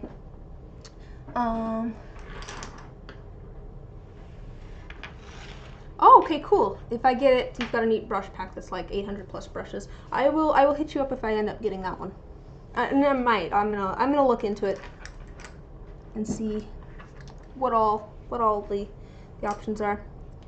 I was thinking about it. I finally convinced myself to get a drawing tablet. And I used 2 different tactics to convince myself. One, I realized they were less expensive than I thought they were. They were quite a bit less expensive than I thought they were. I didn't realize that I could get one for like 30, 40 bucks. I thought they were more expensive than that. And 2, I finally convinced myself I could use it for work stuff. Because I've been thinking it'd be cool to make like stickers and pins and things to sell. Because I have difficulty buying things for myself just because I want them. I always have. Even when I was salaried. Okay, this is just turning, that leg looks stupid. We're taking those legs off. Restarting on that legs. But yeah, I'm like, I want to make some stickers and stuff because it'd be fun to have like some custom stickers to send with things instead of, because I've been sending like stickers, but that's just ones that I had. It'd be cool to make like stickers with my logo on them, or make like sticker sets. I kind of want to do pins or stickers. I think it'd be really fun to do ones that look like potion bottles, but like with different things in them. So like a bottle that has like a terrarium in it or space in it. And I'm sure that's been done before. I'm sure it has all been done before. But I feel like that would be, those would be fun as like stickers or pins or something. And I feel like it fits the theme of my shop. Your graphic design ass is intrigued. I've always enjoyed, you know, drawing and painting and stuff. I feel like I've gotten, you hear pins, you go feral. I really want to cover a jacket in pins. I think that'd be really cool. Not necessarily the ones that I've made, but I haven't like gotten a whole bunch of pins and patches and stuff, but like I want to, and then like cover a jacket in them, because I think that'd be really fun. And there's some really pretty pins out there. But I think that like a series of bottles and stuff that has different weird things in it would fit the theme of my alchemy shop, since my shop is Alchemist's Attic. I like the name that I finally settled on for my shop, because I feel like it's broad enough that I can pretty much make whatever I want, but it's also narrow enough that I kind of have like an aesthetic. If that makes sense. Like there's definitely like kind of an aesthetic tied to alchemy, but I can still make soap or soap or dice or something else tabletop gaming related, or pretty much anything, just with that kind of pins and stickers and that sort of thing, as long as it kind of fits the aesthetic that I am my branding. But yes, I do kind of really want to make pins, and I think I want to do ones that look like little bottles that have things in them.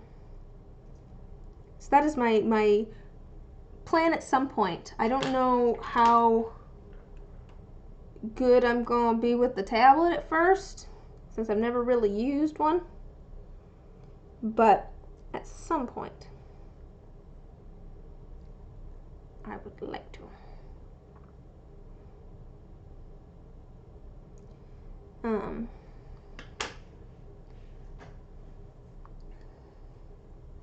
But yeah, like custom stickers to send with packages I think would be fun as well. I've definitely gotten things from places where they have like custom stickers. I'm like, this is fun. I'm gonna put this on my I have all of my dice are in like little oh, what would you call them? Here, it's basically like this. They're like big ones of these where it has like the different compartments and that sort of thing.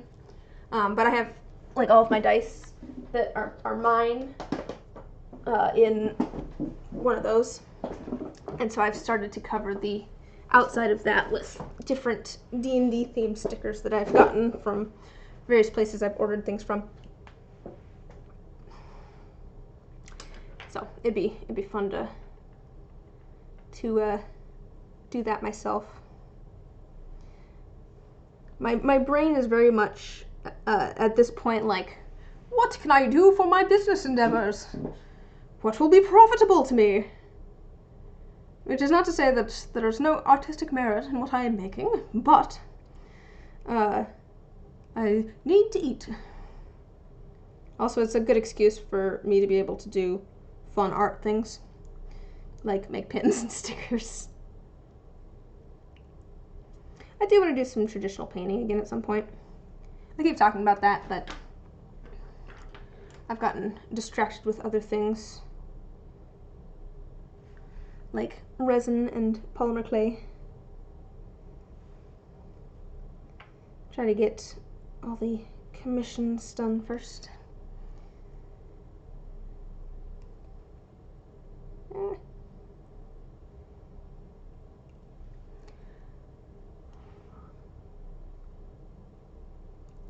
second here.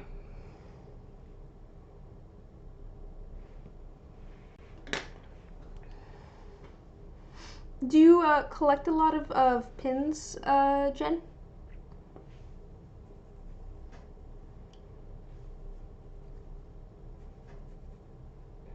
Ah.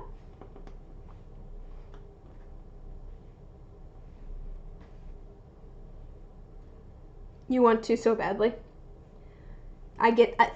I get that. That's what I was saying before. I'm like, I don't have a whole bunch of pins, but I kind of want a whole bunch of pins because there's so many pretty ones.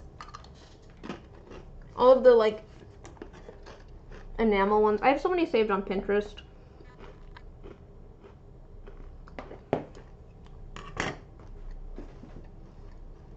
You live with parents who judge your stuff, so you gotta be careful.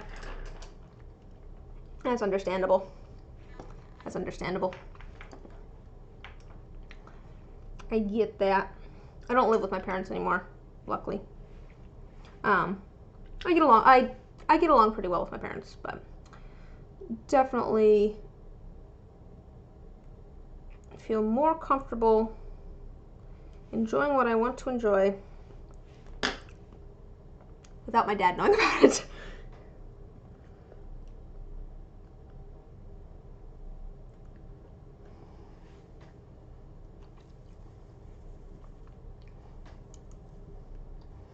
I feel like, to be fair, I've gotten more confident in like dressing how I want to dress and that sort of stuff too. I think part of that was living in Seattle for a couple years and being away from home, and also just Seattle is a big enough city and a liberal enough city that you can wear pretty much anything you want and someone's going to compliment you on it. If that makes sense. So like, I definitely got a lot more cool bow ties, like cool bow tie in Seattle than I have in the somewhat conservative city I live in now.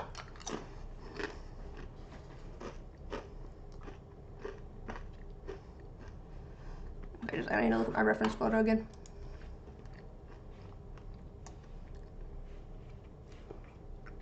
All right, gotta add a little bit of some like flank here.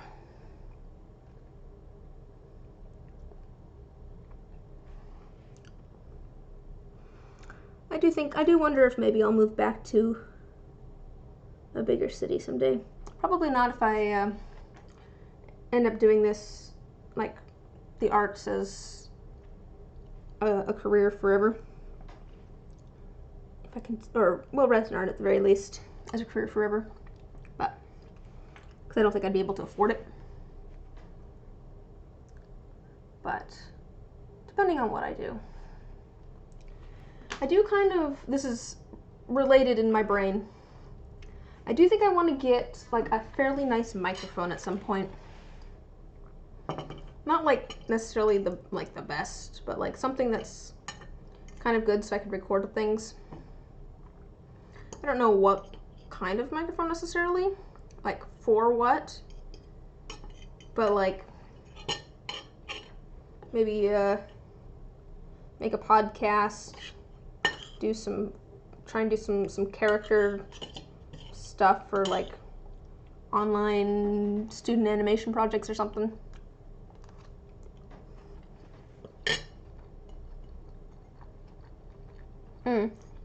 I've gotten some suggestions. Like I said, I was doing a voice acting course at one point. It has completed now, but towards the end of that, the instructor gave a bunch of different microphone recommendations, but there's different kinds, so I'm still debating. It kind of depends on what I want to do. I think it'd be fun to record some music too. I love singing. Maybe I'd have to pull out my trombone again. It's been a long time since I played trombone.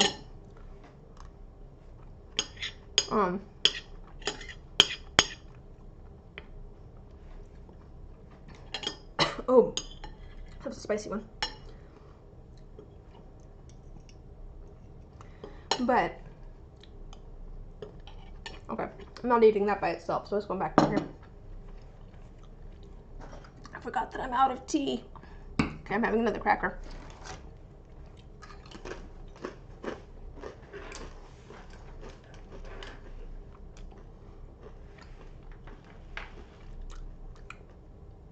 Mostly I'm at the point, though, where, one, I think I want to save up for it, because they can be a little spendy. Two, I want to figure out, like, what I would be doing with it. Because there's also things that could be doing. Because, like, at the very least, I kind of want to sit down with my grandma and do a sort of podcast with her where I just ask her about her childhood. Because, like, she says that her childhood wasn't very interesting. And then there's things about, like, her dad got chased out of Chicago by the mob. Or, well, actually, her dad just sounds interesting to me to a certain extent. Since, like, one of his drinking buddies was, like, Abbott from Abbott and Costello. Her dad's. But she just has stories about growing up in Chicago. I'm like, I'd love to just like sit down with her and record it all. And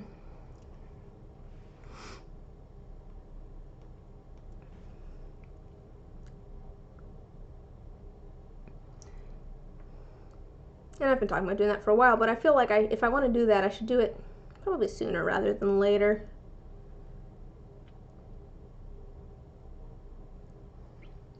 That'd probably be better. Try and start that sooner.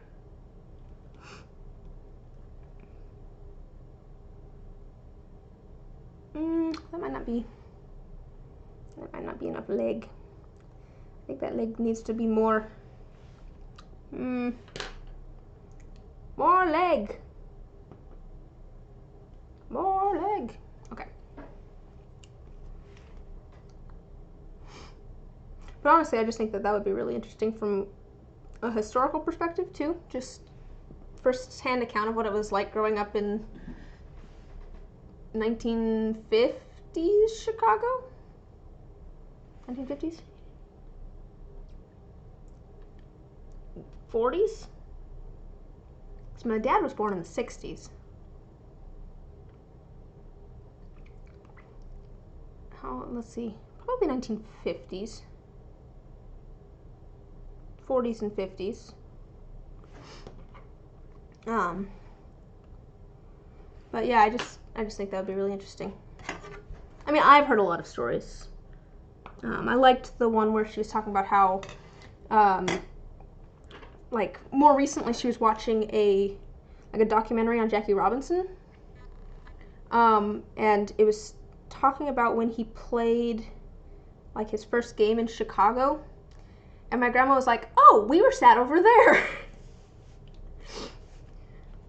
It's like, oh man.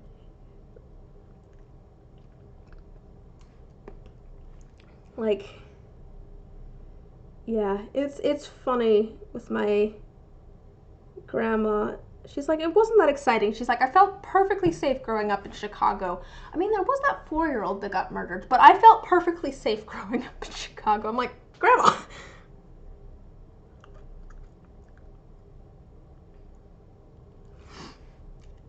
I like stories about her. This was later on, because this is a story from my dad, but her mom, so my dad's grandma, at one point accidentally feeding pork sausages to a rabbi. That's funny to me. Apparently he was very gracious about it, and she was so, like, oh no about it, but because they didn't keep kosher. But it was just, come on, attach. I'm trying to, like, kind of work the clay together a little bit and get these to attach together.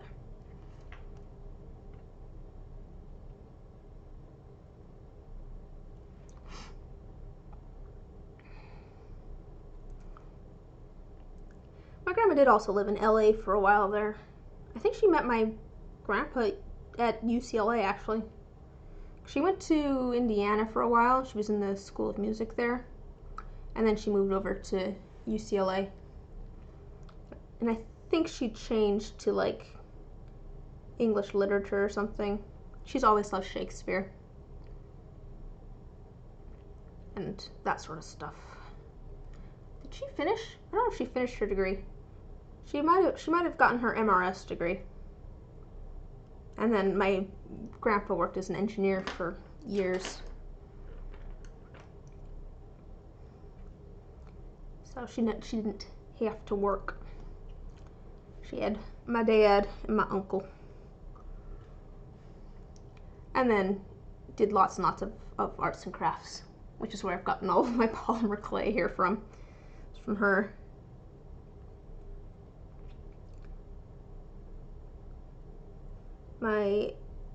She's done a lot. I think it must run in the family, the arts and crafts. To be fair, I think the ADHD runs in the family, which might be part of it. Because she's always done arts and crafts, my dad's always done them too, which is her son. Because she's done fused glass, she did polymer clay. My dad had done jewelry making. Mostly jewelry making. He's a shop teacher now. Although not at the moment, not this year, but before this year, shop teacher, and probably will be, hopefully next year again. People can actually get back into the classroom. But he's been setting up, like, a welding area. He wants to make one of those, like, big kinetic sculptures, like the big marble mazes type things. Where you have all of, like, the tracks and stuff that the marbles go down and then they get sent back up to the top and they go down again. He really wants to make one of those.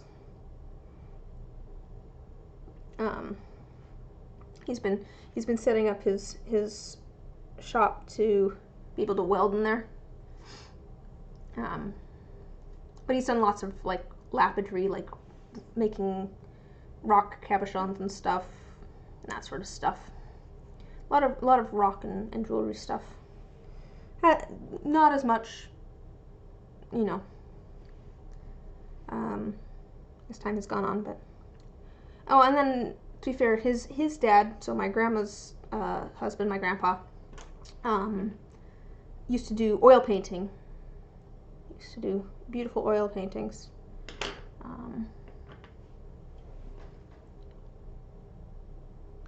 Kind of gave that up a little bit a while ago, I think. He's in a home now, which is unfortunate. My grandma is very tech savvy, though. Like, my grandma is very tech savvy. She's the one I went to when I first got an iPod in 8th grade, I believe it was. She's the one I went to ask how to use it. She has always been very tech savvy. But she set up like a like video calling thing so she can chat with my grandpa, which is cool.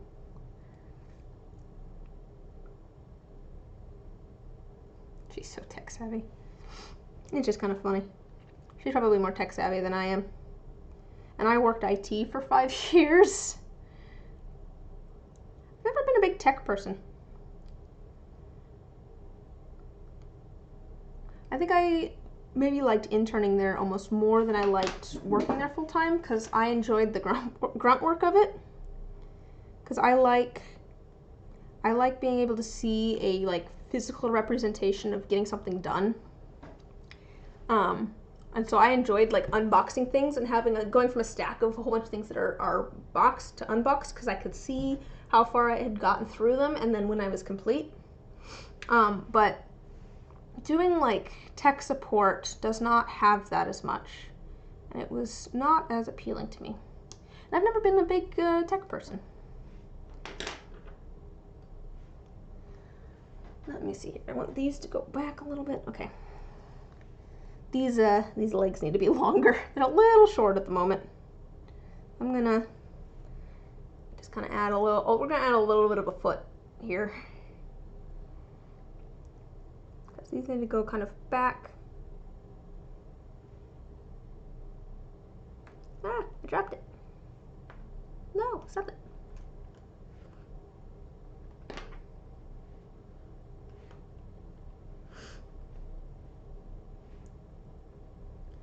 It's kind of funny the difference between my grandparents, not like my grandma and my grandpa, but my 2 sets of grandparents. Because the way I like to highlight the difference between my 2 sets of grandparents is to point out the fact that my dad's mom was born in Chicago and my mom's mom was born in the Congo. I feel like those are very different places.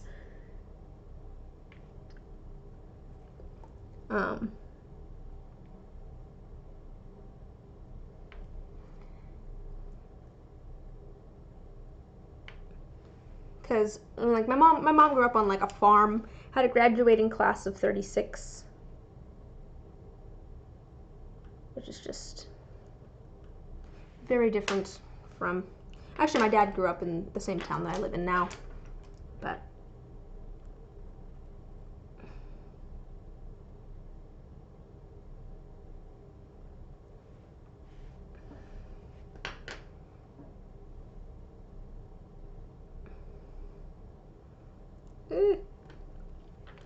my clay is kind of breaking a little bit, and that's not what I want. I want those legs to go back a little bit. Alright, I know what I'm doing. I'm gonna go back over my stream manager so I can keep an eye on what's going on. What's going on?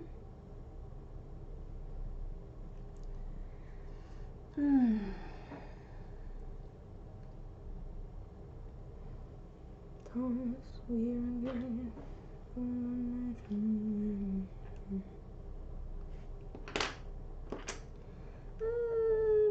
gonna actually take a little bit off of that.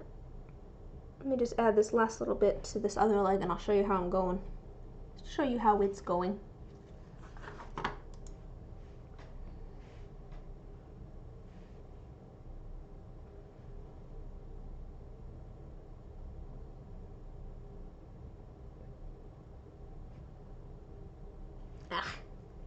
Maybe I'll attach this other part.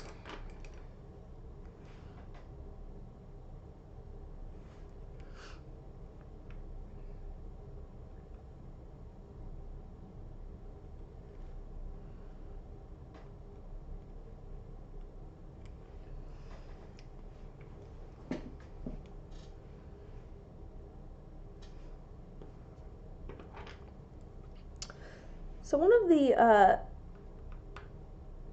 so like for the streams and stuff, you can set up different like tags and things. So like, for like this, I have tagged, I obviously have it under like makers and crafting. That's like the overarching thing. But then I have like art commissions as a tag. And there's like set tags and stuff. And one of them is like LGBTQ+. And I never know whether I should tag that or not. I don't know if that's for like people who are, or if it's for like topics discussing it, or I don't know. I don't know exactly. I'm not exactly overtly queer, I suppose. Oh, you've seen it for people who are.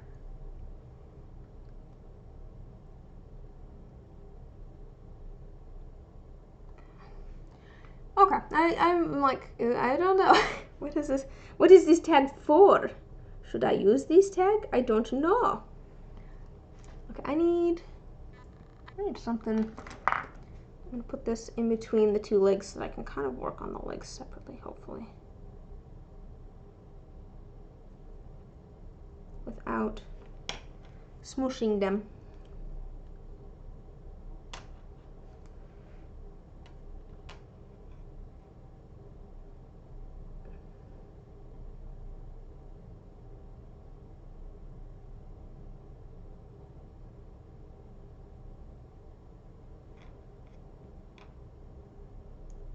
Let me make sure these legs are attached and then I'll show you.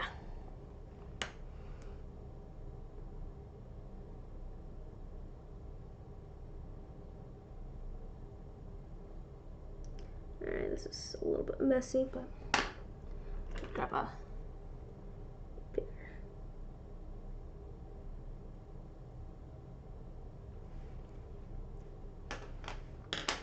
Okay, the legs are very messy at the moment. I'm just going to give you a forewarning.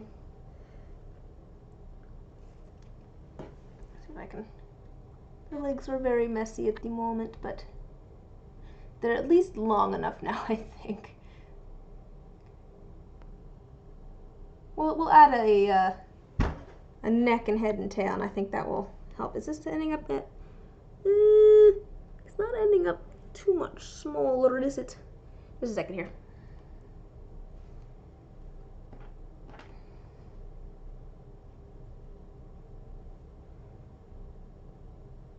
Oh yeah, it's smaller. We're good. We're good. It's definitely smaller. Let's add a head to this thing.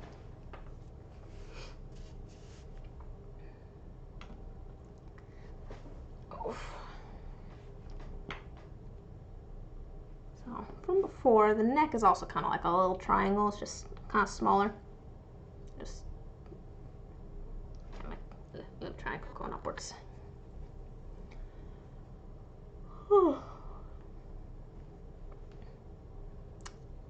Let's stream in 2 hours. I was thinking of also trying to make some mushrooms tonight, but I think I'll probably just end up making this and then signing off. Maybe make some mushrooms tomorrow or something before I, oh wait, tomorrow's Thursday. Well, I can still work on it, that's fine. I don't know why I set it up like this, but so I set it up so that I actually have like 2 days off a week. So I actually have weekends so that I would actually take breaks. And even then I still work on those days sometimes. But I set those days up as Thursday and Sunday. For some reason it's always the day after I stream. I don't know why. Maybe it's so that if the streams go late, I can sleep in. But I mean, I can sleep in anyways. Not quite sure why I set it up like that. But that does mean that I wasn't planning on working tomorrow. But I might try and make some mushrooms tomorrow anyways. I have some, but they're just not the right color. Like they don't look bad by themselves, but they're a little bit dark, I think. They might be okay, but they're a little bit darker than, like here's the original. I'll show you. That one's broken, which is why it hasn't been used. There's like the original color versus the color of these. That doesn't look too different on screen, I suppose, but it's just a little bit darker than those. So I think I kind of want to try and make some more that are a little bit lighter. But I definitely need some more so that I can make more of those necklaces. I sold out of those again. The price is going up on my mushroom necklaces the next time they go up again. Not by a lot, but I had 10 of them listed and I sold out of all of them within less than a week, so they're gonna go up by a couple bucks.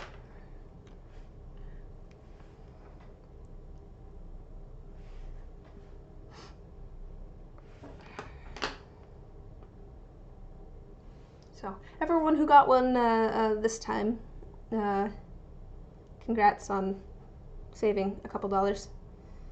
I'm not gonna make them ridiculously more expensive than they are now.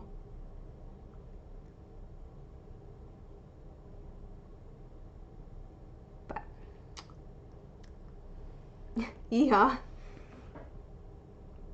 I do still want them to be like affordable. I don't want to make them so expensive that people can't get them, because that's not the goal at all. But the goal is honestly to slow down how fast people are getting them a little bit so that I have time to make them.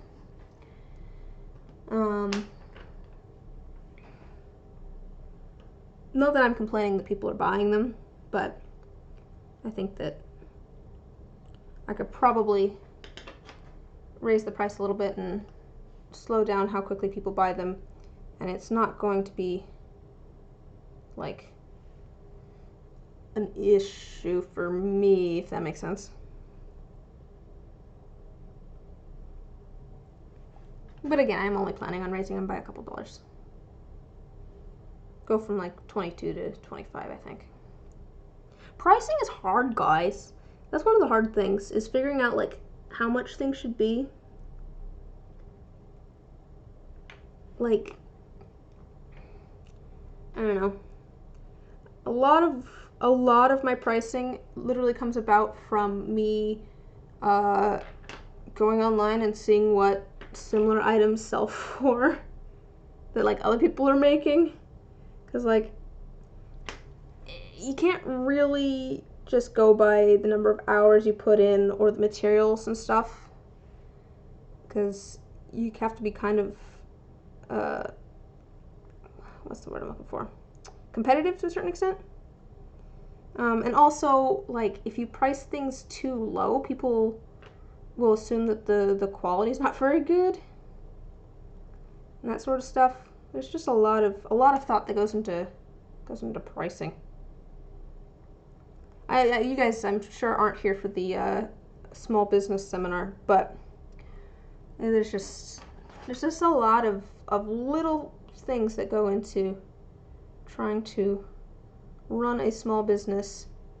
And I feel like it's all the little things that take up most of the time, like social media posting, figuring out prices, creating listings, reaching out to your website provider, because I still haven't figured out that one bug that it's having. Yeah. All right. That's a story for a different time. They are looking into it.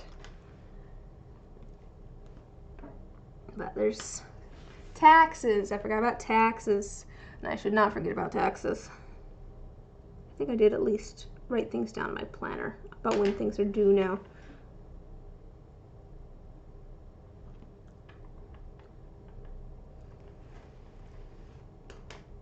Okay, this dog looks like it's wearing flippers, which is not what I was going for at all. Let's see if I can fix that a little bit.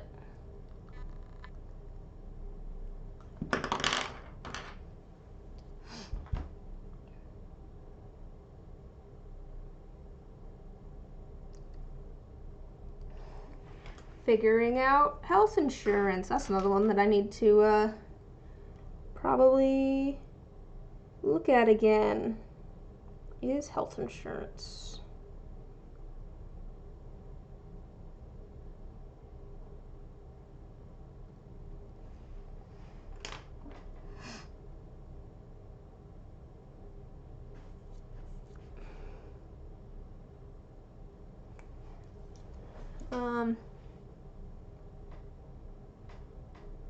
And I hope this does not sound like I'm complaining, because I am really enjoying being an adult is suffering.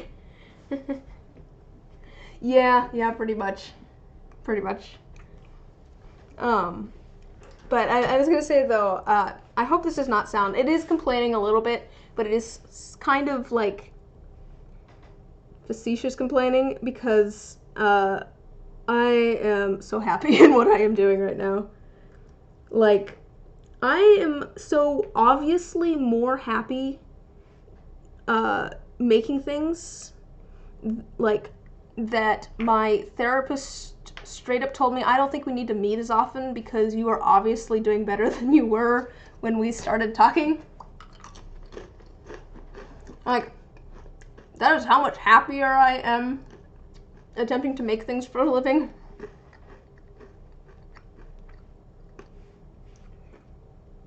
But I do feel like I have to, like, justify it a little bit.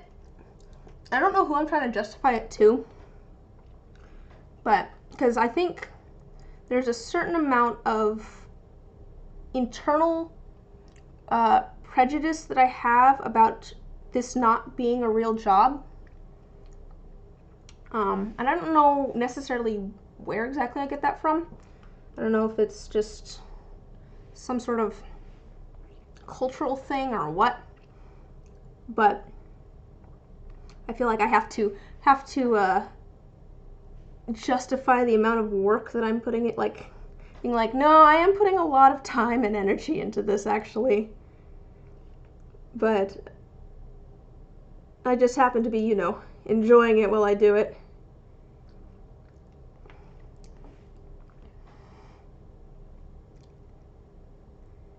So, you know, you have to suffer for your work mentality probably.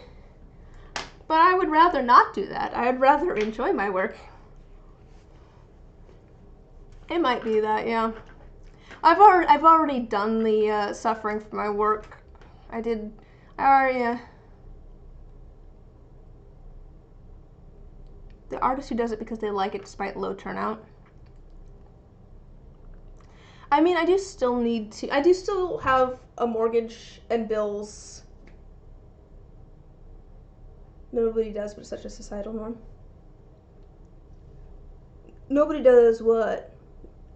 Nobody likes working, or?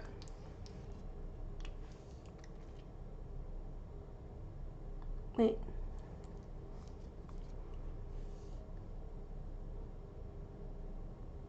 I don't remember what I said that you're saying nobody does to. Oh, no, I see. No one likes the suffering for their work thing. Yes, but it's such a societal norm. Yeah, that's true. I definitely have friends that I've talked to about, like, not enjoying work and stuff. I spent like, so I quit my job last October. I think it might have been September or October, somewhere in there. So it's been a year since I did that, and then I went back to school and finished my degree because I had 3 classes left, and so I graduated in May. Which things were a little funky looking for work. I don't want to say that quarantine has been a blessing to me, because it obviously has not been a blessing. There's obviously a lot of people that are suffering, and everybody, I think, has been having issues being cooped up, not being able to see friends and all that sort of stuff.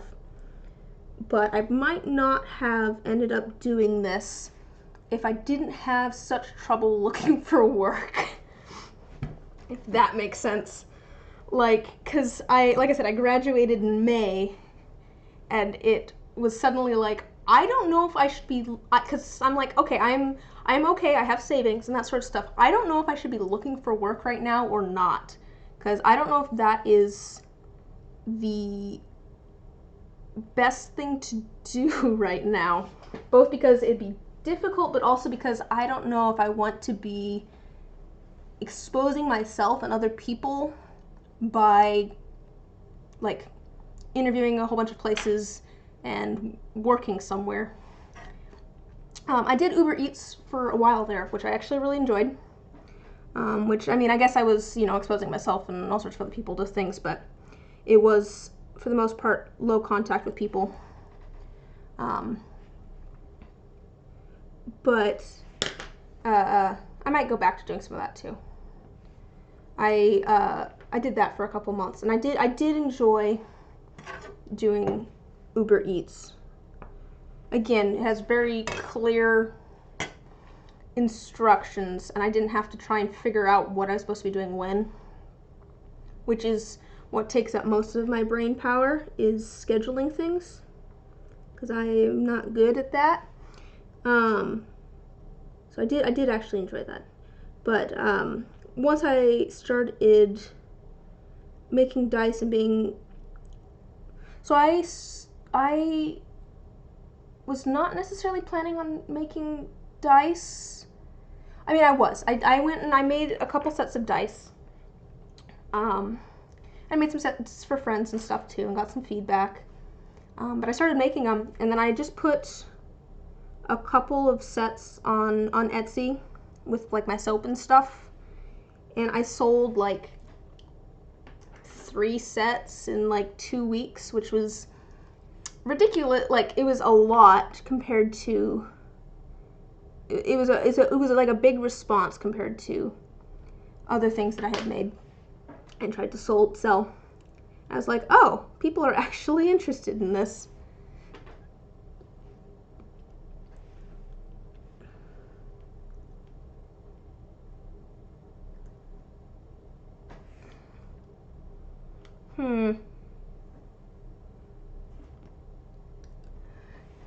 I need to go back to my... Okay, these front legs are just way too short. That's what it is. I'm like, it's got little stubby legs at the moment, and that's not working out. I think I'm going to end up redoing the legs. Oh, I might end up redoing the neck too. Okay, I at least know, okay, these legs are the right size.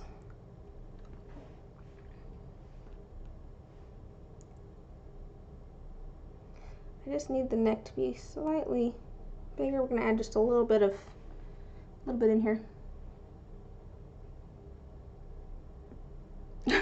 When your school gets your name better than your parents, oh gosh. Oh boy. Yeah.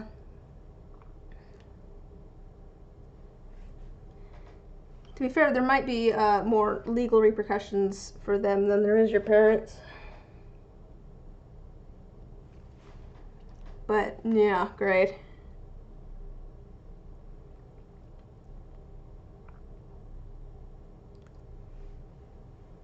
Okay, we're going back to the Loch Ness Monster a little bit. Because I'm trying to get this face sitting at the right angle.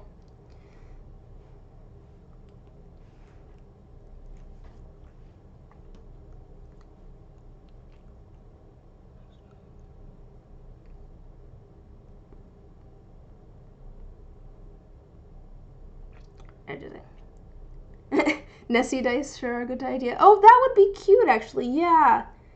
Do like dice with like that are maybe like kind of dark blue on the time to turbo create pasta at a rate above average. Time to turbo eat pasta at a rate above average. Guys, I can eat so much pasta in a sitting. I like pasta. It's not even my favorite carb or starch. I really want to do, at some point, I want to do, that's after it's created, yeah. At some point I want to do gelatinous cube, like D6s, with like little skeletons and stuff floating in them. It was an idea that my mom gave me at one point. I'm like, that would be a very cute idea. I think at some point I might get like maybe like a chunky 20 and a chunky D6 mold, like master made, so that I could just do like single single big d6s and d20s, because I feel like doing like a big d6 gelatinous cube would be pretty good. I'm still debating how I'd want to do that though, because I don't know.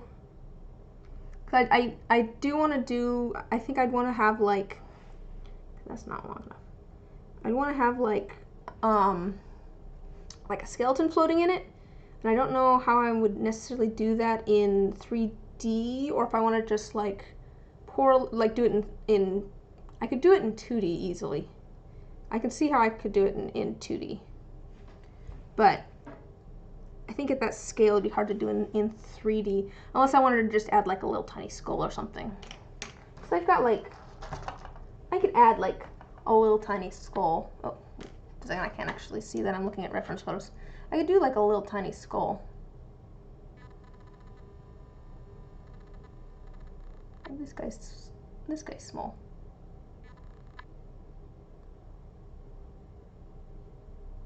Come on.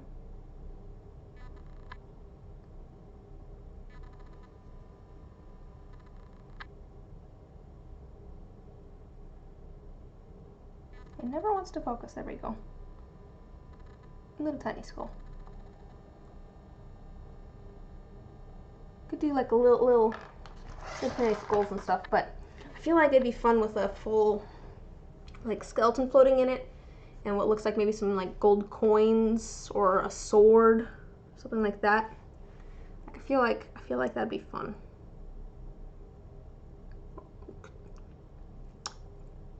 I've been thinking about making like some like mimic boxes too. I don't know. I don't know what all I want to do. Yeah, like I said, of D6s, or just like I said, get like a mold for like a chunky D6, and do like, I could do like a free room for real estate.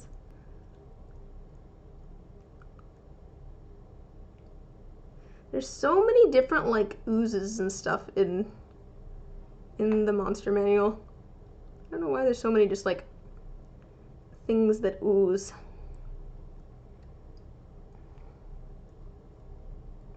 I do now like the idea of a castle that employs like a gelatinous cube to act as like cleaning, a cleaning service. Wasn't there an ooze subclass? Okay, so I actually have a spreadsheet that I was building at one point that took all of the playable character races, and I started to work out what different things were worth. The monster manual? I mean the waifu catalog? Oh wow. There's, you know, I love the D&D books just for all of the beautiful art in them. Like, man, there's some beautiful art in the D&D books. What was I saying? What was I saying? Oh, I was making I have a spreadsheet, guys, of like the playable character races and all of the different bonuses and stuff that you get. And I was working on figuring out how to create balanced character races. Your favorite artist as official work, can you go feral? Oh man, there's such beautiful art. Yeah. But no, I was working on looking at all of the character races and figuring out how to create a balanced character race. And I think I've got it kind of figured out to a certain extent. And the goal was to eventually make it so that you could create any sort of character race that you wanted to. That was my opinion on magic resistance. Oh, which class has that? Oh, that's gnomes, isn't it? Gnomes have magic resistance? I mean, there's different classes with resistances, but that one does seem a little like, oh, is it Yanti and Satira? Isn't there a different class that has, there's a different class that has, like resistance to magic that are like wisdom saves or something? Well, isn't it gnomes have some sort of, gnomes have it for saving throws. Ah, that's what it is. It's for saving throws.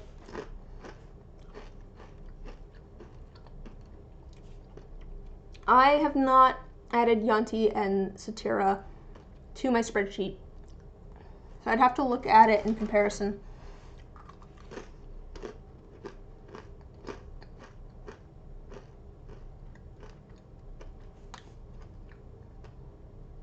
On poison. It's been a while since I've looked at the spreadsheet, guys. I don't remember. Oh, satyrs, that makes more sense. You think it's broken? I'd have to look at the rest of the, yeah, same with halflings. And look, I'd have to look at the rest of the features of the class. Is it gnomes that are poison resistant? Or is it dwarves? I'm sure it's not dwarves that are poison resistant. You might be right that it's gnomes. I think dwarves have like 2 different resistances. Mm-hmm.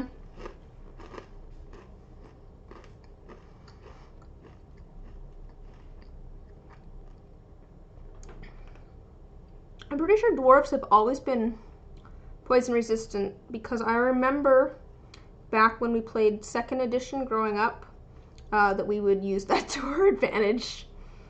Because my brother always played a dwarf. So we'd always like do fun things where he ended up drinking poison. Dwarves can also potentially have expertise, which is wild. Wait, what do you mean by they can have expertise? I don't remember what that is.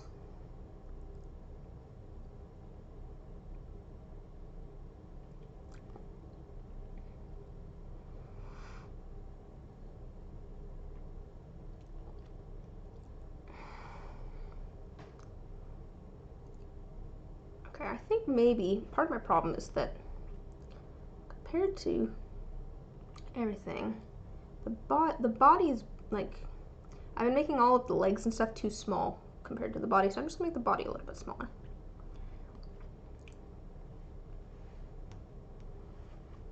I'm going back to my reference photo. Oh, expertise is doubling your proficiency bonus to a skill. I don't remember that. I don't remember that for dwarves. Where's that for dwarves? Oh, to a skill. Isn't that just for like, oh no, I don't remember that. Can't you just, I don't remember, guys. Oh, that's what it is. They have stone cutting to remember history of rocks. Yeah. I have to go back and look at my spreadsheets. I do remember that I felt like, was it tieflings? Tieflings were like, seemed very underpowered. Which one was that? I think it was tieflings. As a DM, I have hot takes. Basically, though, was it gnomes that were overpowered? I don't remember. I basically went and took all of the different types of things and assigned them different point values. So I think like dark vision was like half a point, something like that. Like resistances for the most part were like a point, or something like that. And things like basically like oh, what am I looking for? Basically like feats. So like lucky, and if you got a feat as a human, that was like 6 points, I think. And then I had it set up so that it would always add up to like 7 points. But there was a couple classes that one of them felt like overpowered and one of them felt underpowered. And I think it was tieflings that felt underpowered. I can't remember if it was gnomes that felt overpowered. I don't remember. But I did that for all of the core races. And then I went and took some of the like extra races. I took like Azamar and went and plugged it into my system and counted up all the points, and it worked. I didn't continue though. I should extend that spreadsheet just to see if it actually holds up. This neck's not long enough. A second, I'm making this neck longer. We're going back to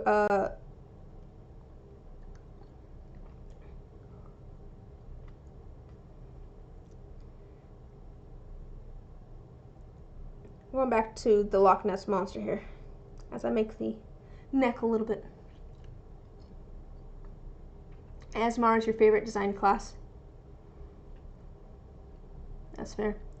I just like being able to fly. But it was kind of funny though, because it did actually line up with the system that I had used to try and rate the features of the other races. Oh, you feel like you can actually use their abilities. That's fair. My plan was though to make it so that I could basically make whatever D&D race that I wanted to. I could take anything and turn it into a D&D race. That was the eventual plan. Mostly I just wanted to play as like a mushroom. I thought that'd be cool. There is already like mushroom people, but I was gonna make my own because that sounded more fun to me. I'm like, that's not really what I'm going for. But maybe I'll have to expand that spreadsheet and see if I can figure out whether my pattern holds up. And shroom time. Yeah, like actually release it so that people can, if I actually set it up so that there is, it does feel balanced, release it so that people could try and make their own character races. And depending on how that goes, maybe I'd move into classes and stuff too.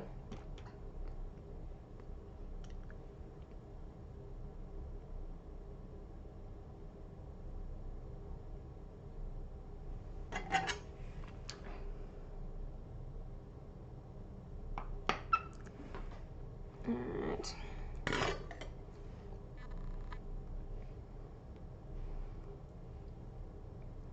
don't know why, but I've just been very much into the aesthetics of mushrooms somewhat lately.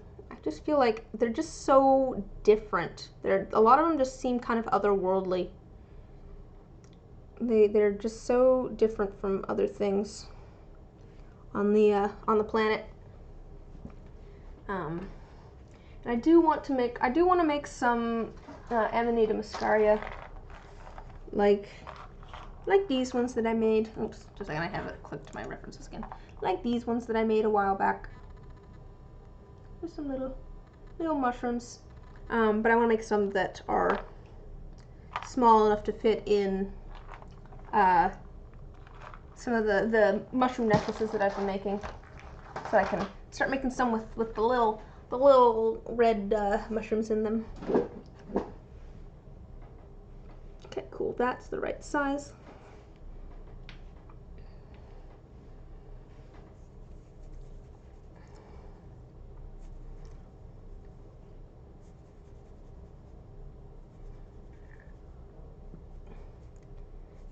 I feel like that's kind of the mushroom that everyone thinks of. I feel like if you say mushroom, people tend to think of like those sort of red mushrooms.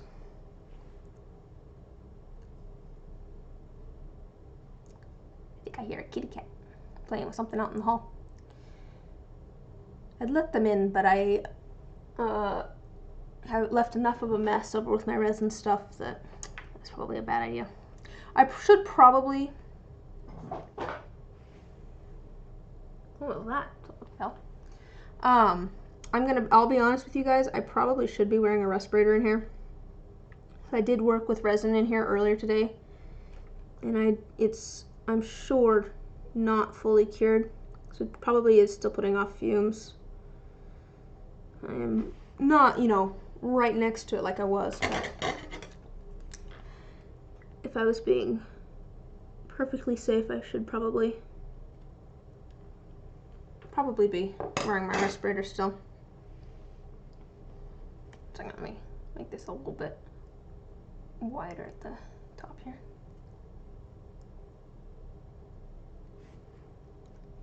Okay. This is good.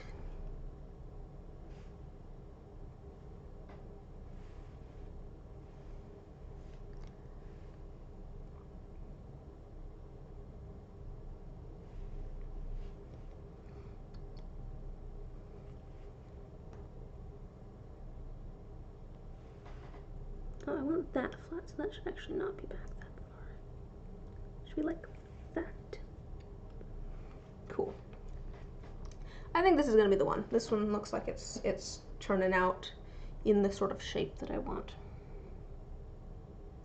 It's a little bit smaller, so that's good, but not too much smaller.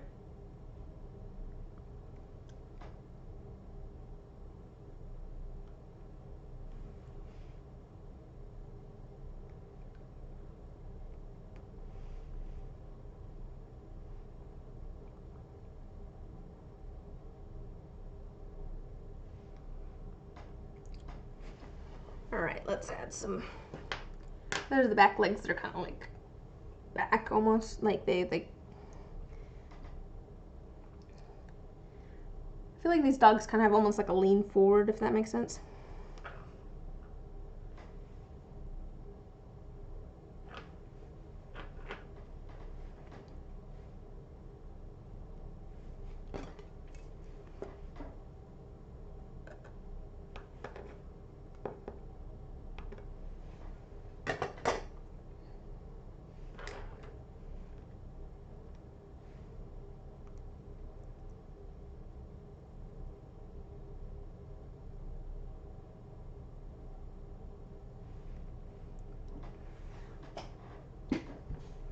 This might be a little bit too lean. I might need to add some sort of fluff to this guy. This one looks a little bit too skinny, like the legs and stuff, but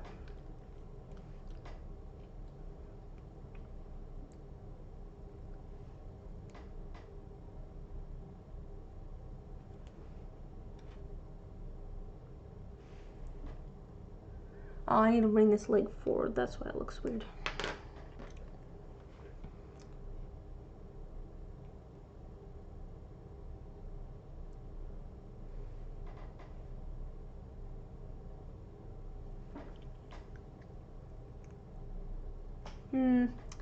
I'm gonna add a little tiny tail. I think that will help me assess whether this looks like a dog or not.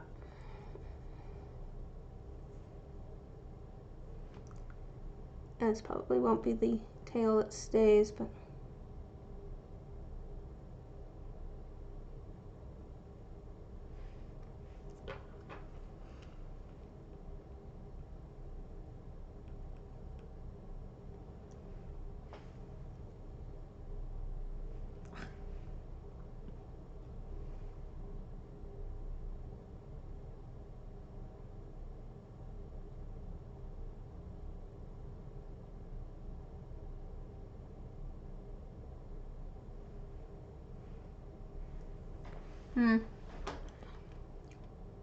well, that tail's gonna need to end up being thicker, but let me re-add this leg and see if it's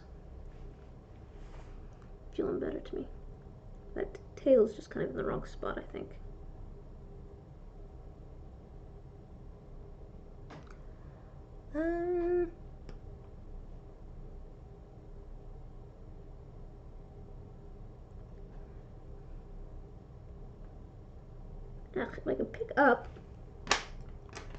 If I can pick up the leg.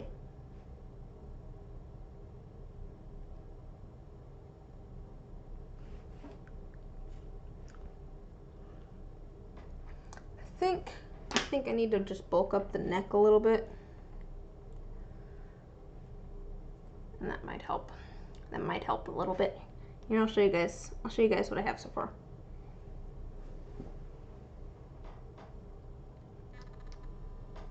I need to definitely bulk up the neck a little bit. Obviously, the legs are very attached very rudimentarily.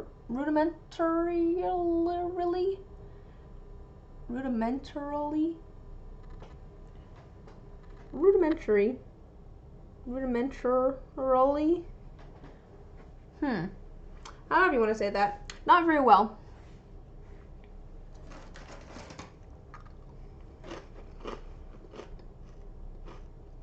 I had a thought.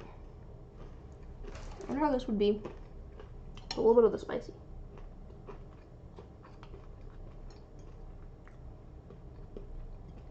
I'm gonna try chip with a little bit of the spicy.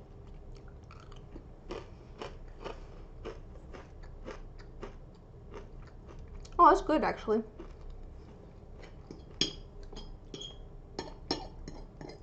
Reminds me of like a really sweet salsa almost. Has some different spices in it, for sure. But it has like some tomato and some chili. I don't know if there's like cinnamon or something in it. No, I don't think cinnamon. There's something, there's like brown sugar or something. There's sugar. I think there's white sugar.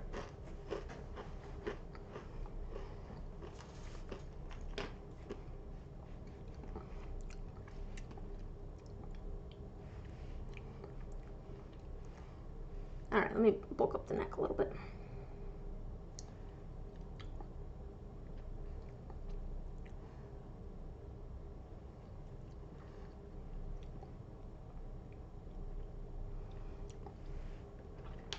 Here's a question for you, Jen. Since you DM and stuff, do you have a favorite monster to throw at players? I know you just said that you made this pasta and forgot to buy Parmesan. I am a sham. Oh boy. I think it will be okay. I'm sure you can find something else to put on your pasta. Ah, that's a little bit better. There's a little more of a triangle. Oh, come on, stick.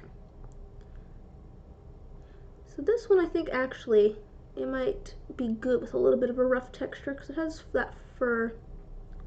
I think I'm going to add some more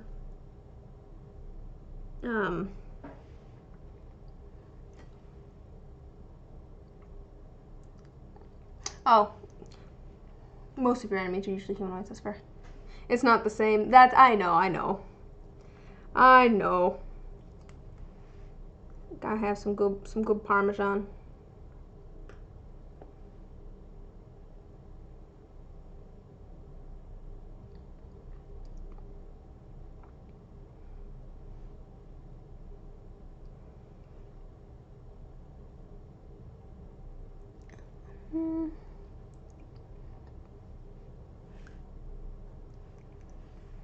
So I think the Marlith is just a nice concept to consider, though. Buff lady from hell with 6 arms can kick my ass. Nice. Wow, that's funny.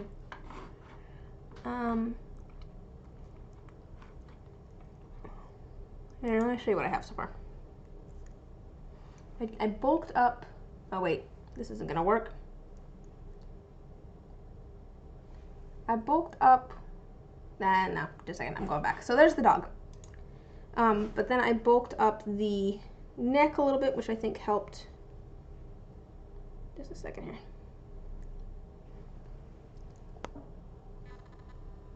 And then I'm going to bulk up the legs so that they're a little fluffier too. But I think maybe I have sort of the basic shape down now.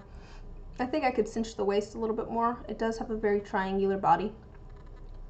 But I think that's something. It still needs ears and a little bit more of a beard. But I think I have the rough shape down now, so that's good. And I think this one is small enough. Oh, that's gonna be close. Triangle boy. Oh, this didn't end up too much smaller than this one, did it? Oh, you know what it is? It's the legs that are out so far. I might end up having to push the legs in a little bit because it's gonna cut it close. But I do think that the shape is at least pretty figured out. Yeah, let's take the tail off because the tail's gonna get placed. Oh, let's put another front leg on. It doesn't have a second front leg at the moment. Let me fix that. It needs a second front leg.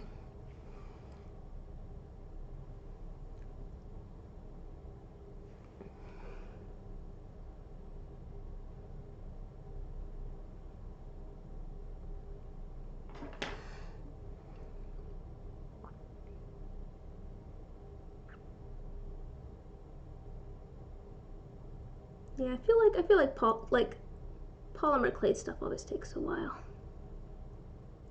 I don't know why necessarily. I wonder if I'll get, oops, I wonder if it will get faster as I do more of it. Probably. But there's something about working it on such a small scale.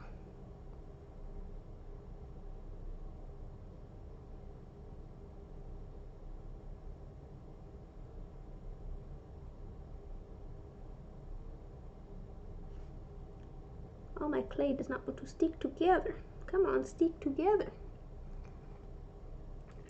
It does definitely still look somewhat like a horse. Yeah, it definitely looks like a horse, guys. I think the tail is really what fixes things. I'm going to look at a couple of images I have here.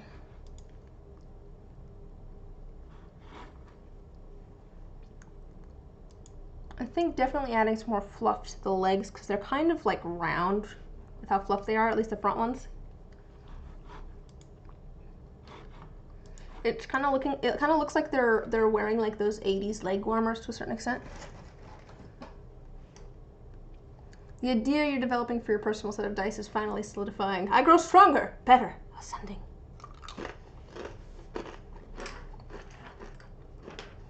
Did you see the pictures of how the rose dice turned out?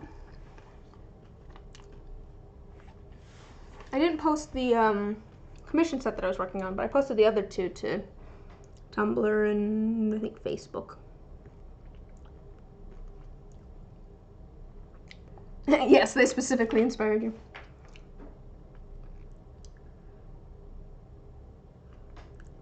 Well, you've got a little bit of time to think about it. I don't have any open commission spots at the moment. Anyways, I should have some fairly soon since I'm finishing up on the rose set and then I'm finishing up on Bosun's set. Oh, the roses and gold leaf. They turned out pretty. But I'm a sucker for both of those things though. Like I just love me some gold leaf. I just look so pretty. Waiting for tax returns, so it'll be a while. That's fair. That's fair.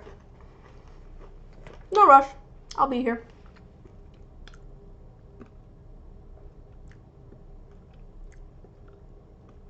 I enjoy doing commissions.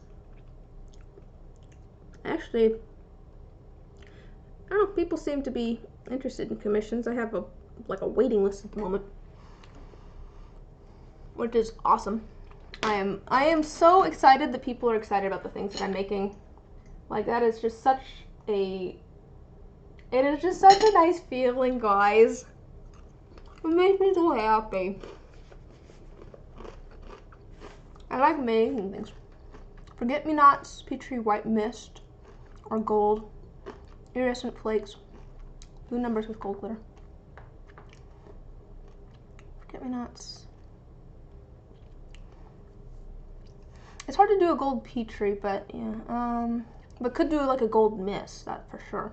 Iridescent flakes, blue numbers with gold glitter. That would be doable. Aw, thank you. I like making things. I've always loved making things.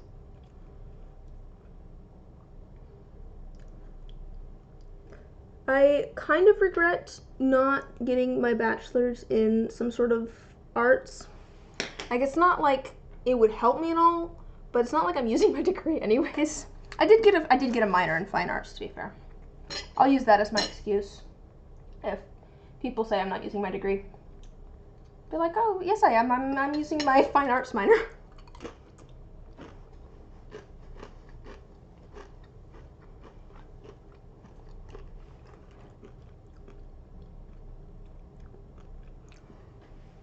All right, let's see here.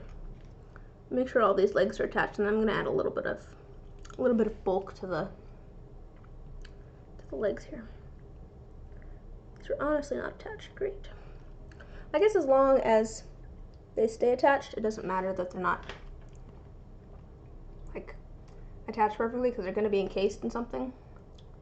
So if they're a little bit delicate, that's okay. All right, let's give this thing some 80s leg warmers.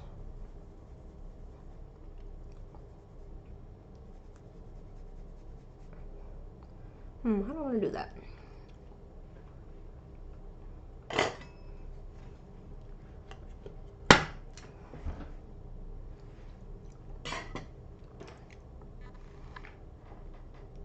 I was saying before though, I had this idea that I think it'd be really cool to do, like some people will do like, they will paint video game controllers to make them custom. So like they'll paint the outside of the video game controller. And I was saying earlier that I think it'd be really cool if I could figure out a way to do that, but like make the like custom those like cases. But I was thinking it'd be really cool if I could figure out a way to do like that, but just make that whole outside part of the controller resin and do custom things that way. Like that would be pretty cool if I could do that. So I might try and figure that out at some point. I don't think that's going to be a anytime soon thing. That's a couple of years down the line maybe, or a year or something like that. But it's like, it'd be cool if I could get that figured out. It's the molding process that would be the hard part. Just because they're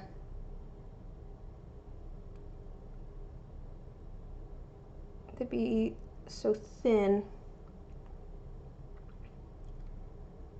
and to figure out. Where is my tiniest? Here it is.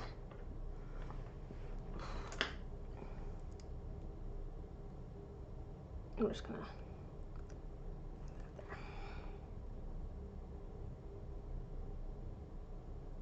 I was trying to think of some unique resin things I could do.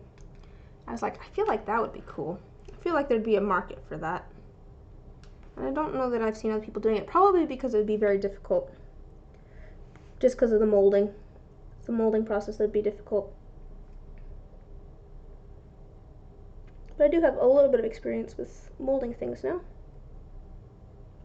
And can you imagine like having like your PlayStation controller, but you could like see the electronics and then it's just like flowers on the outside? Like that'd be cool. It'd be cool if I could get that to work.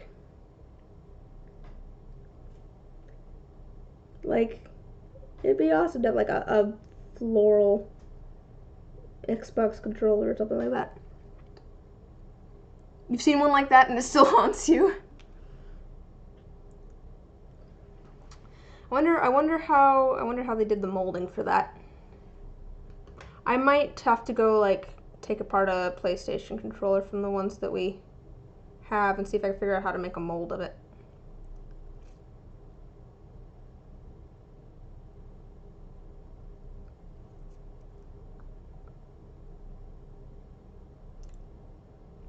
That's something that would be very expensive. Not necessarily for me. I mean, it would take materials and stuff, but I imagine that would take me quite a bit of time. Depending. If I got the molds, it's the molds that would take all the time. But if I got the molds figured out, it'd be fine. But yeah, that looks better. It looks better with the slightly thicker legs. Let me show you. I made one of the legs a little bit thicker. The front leg. And it definitely, I think, is the right. It's more proportional. So I'm gonna bulk up the legs a little bit before I add a little bit of a beard to the face.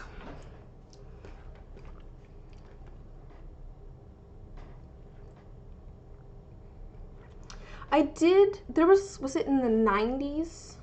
When was it that like the like clear casings for things for like computers and calculators and stuff where you could see all of the circuit boards and everything on the inside? When was that popular? Because like that was an aesthetic. Let me see if I can find that. Where's the fabled Amazon wish list? I started building a shop wish list.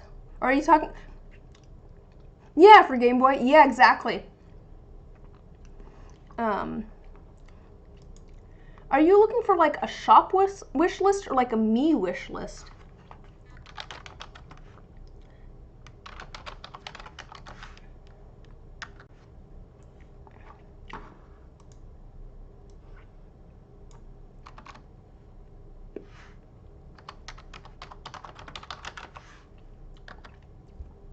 Oh, either one. Any will do. Oh, man.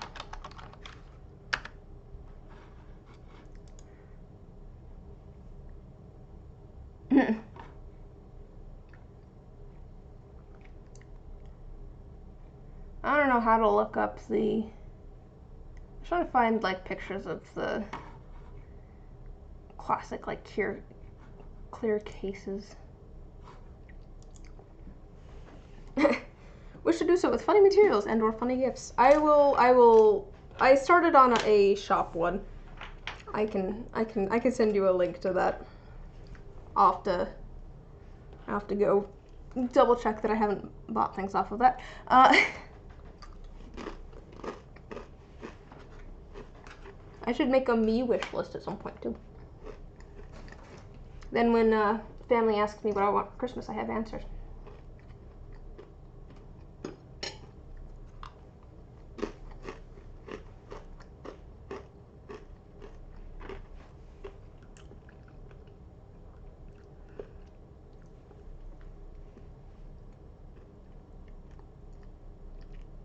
It'll take a bit to chip through it, but you'll happily pocket it.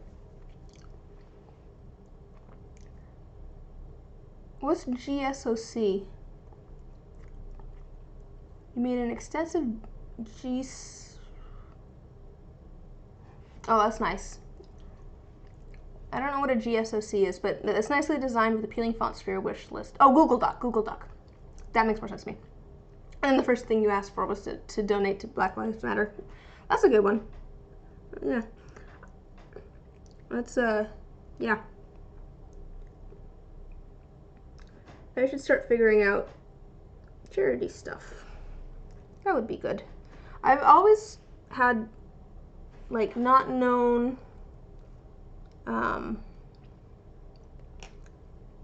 it's your birthday soon and you should just keep a wish list on hand. That's fair. That's a good idea. I should probably actually do that. So then if people ask, I've been, like, I'd like to, like, make a wish list that's not on Amazon, but also Amazon is, like, the easiest way to do that where it's all in one spot. But I guess it doesn't really matter for a wish list because usually people aren't going to be buying more than one thing at a time anyways. So I could actually set up a wish list. Yeah, thanks, Bezos.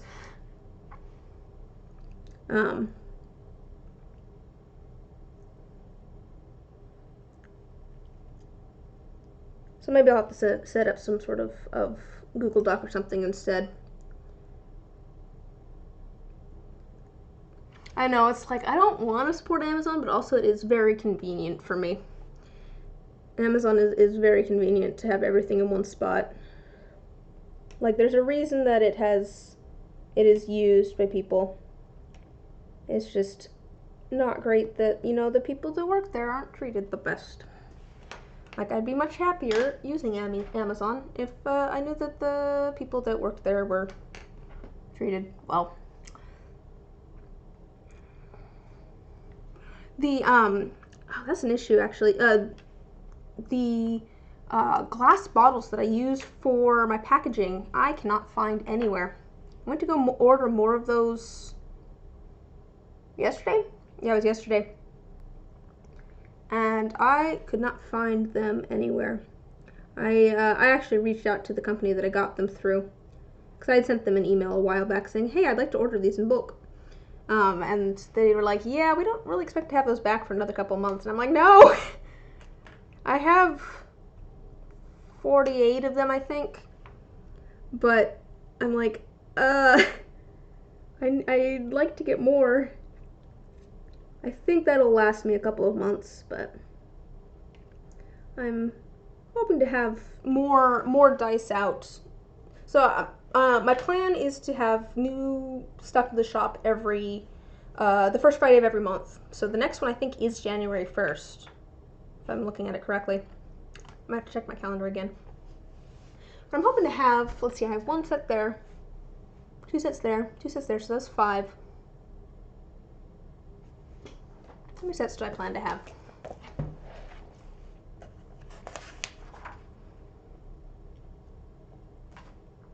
Six, 7, 8, 9, 10, 11.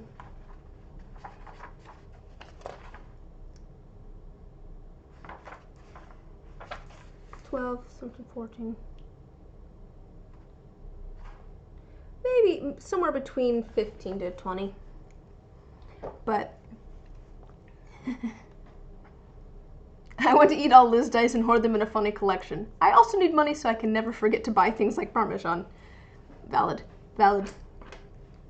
All the yummy things. Should perhaps worry about eating Parmesan before eating dice, but yes.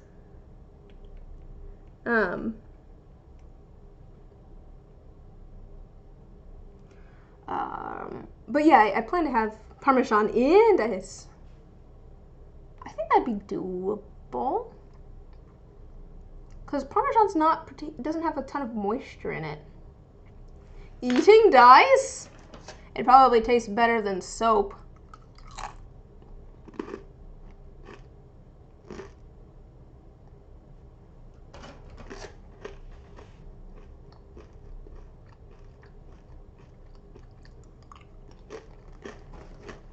Yeah, these... Oh no! There's 2 of them! Oh no! You missed it earlier, Jen. I was talking about... Oh man. I was talking about making... No! I was talking about how I make soap. And Bosun was talking about how they like soap, and that soap doesn't taste bad. And so I licked soap earlier, and it did not taste good. It tasted very bad. Costco used to sell this blue clear shower gel. Well, I mean, to be fair, I did mention that as a kid I used to like eat the bubbles in the bubble bath because they didn't have any flavor at all, and they were like, they popped all fun. But it really did start with the fact that my cat loves to lick bar soap, and I don't know why, and I can't imagine it's all that healthy for him. Oh boy.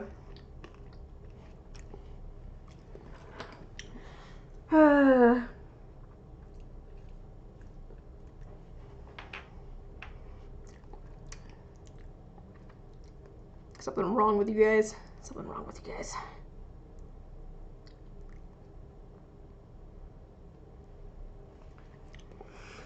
I'm gonna go.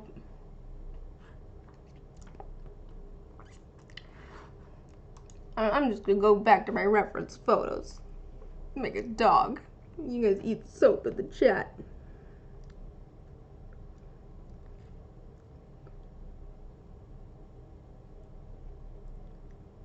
Ah, come on. I'm trying to bulk up this leg a little bit.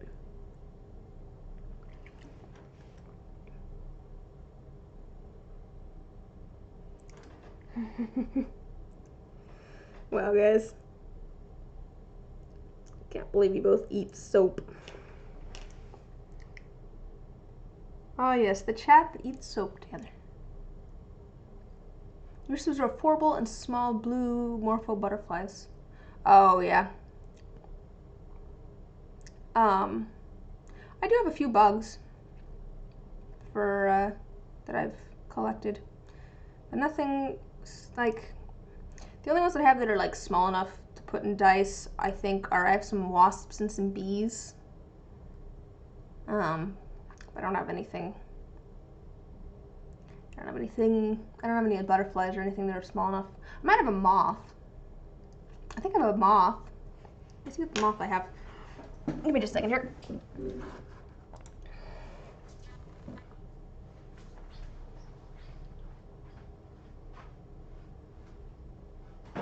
It must be in here.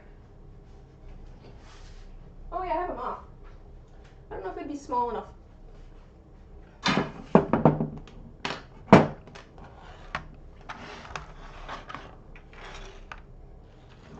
Let's not squish the doggies. I need my tweezers. Just a second here. Are they sticky? Yep, they're very sticky. Oh, nope, not using tweezers. Those are very sticky. We're just gonna... You're just conspiring. I'm gonna show you the moth though that I have. I just want to say I've found all of my dead bugs. Like, they've either been dead on the sidewalk or I've like had them brought back to me by my cat. I do have a pretty moth. Is it a boy? I don't know my moth sexing. I do also have like a dragonfly in here, but it'd be a little bit big to put in a... I also have a grasshopper that's fallen apart. Oh, I have some pill bugs in here. Oh, you don't know bug genders? We need beta. Oh yeah. I bet they'd know. Yeah. I have some wasps. I've got a bee. I've got a beetle. I've got a couple beetles. I have a fly in here too, actually. That might be fun at some point. Yeah, I have some pill bugs. I have a dead spider. Yeah, I have a few wasps, which I did actually kill before I realized how useful wasps were to the environment. I feel a little bad about those, but that was from a couple years ago. Or a year ago? More than a year ago? But yeah, it'd be really cool to get some like tiny butterflies.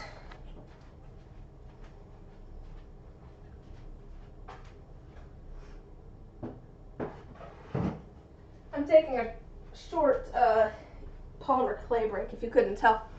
I do think it'd be cool to do. Oh, I do think it'd be cool to do like a set of like bumblebee dice at some point. Not necessarily with like bumblebees in them, but like that where every die is different. Like every die is within the same theme, but you know, it looks different. Like one looks like it has honeycomb in it. One of them's maybe just yellow. One might have an actual bee in it. I do have a bee. Hello bees dice. There we go. Hello bees.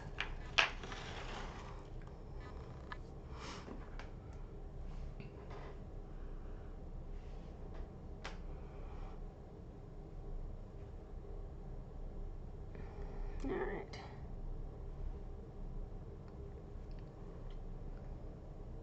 I have lots of ideas for dice. I just got to I'm not short of ideas for dice. I have so many different things I want to do. I do at some point think it'd be really cool to do a gladiolas, but they're too big for dice. Have I shown you guys all of the flowers that I got with the roses? I did. I did show you the ones that I got.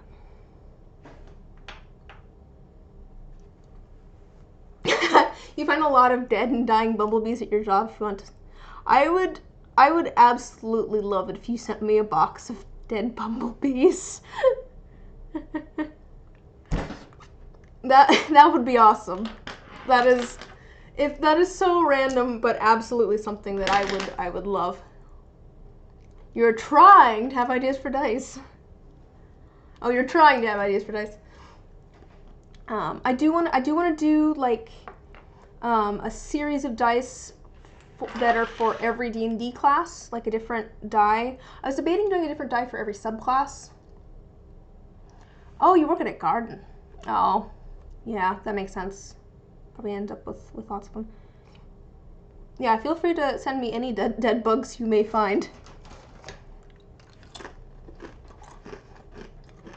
is such a funny box to receive in the mail with no warning. I just open a random box that I get. I'm like, I didn't order anything, and it's just a box of dead bugs. It's one of those things where if it went to the wrong address, someone would be like, what the heck is this? And if it came to me, I'd be like, yay! Like, if any of you find super, like, weird things, like, small weird things online, feel free to, like, send me a link or something, because I am all for weird random things to put in dice. Or necklaces or something else, but that's the fun thing about resin is I can put pretty much anything in there.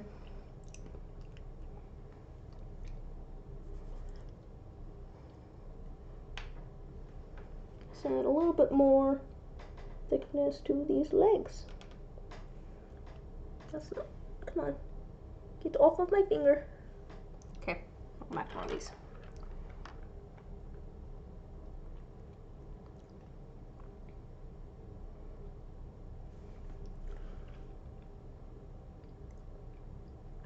Feel free, if you do collect beads for me, Bosun, feel free to let me know when you have enough, and I'm happy to pay for shipping. Yeah, if you find fun, weird stuff, you have my address. Jen, you also, if you saved the packing, the oh, what's it called? The shipping, the box that you got your dice in, it has my address on it. It's the return address. Just don't, hunt me down or anything.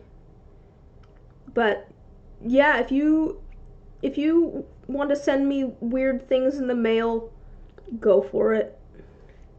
That it would probably make my day if I just randomly.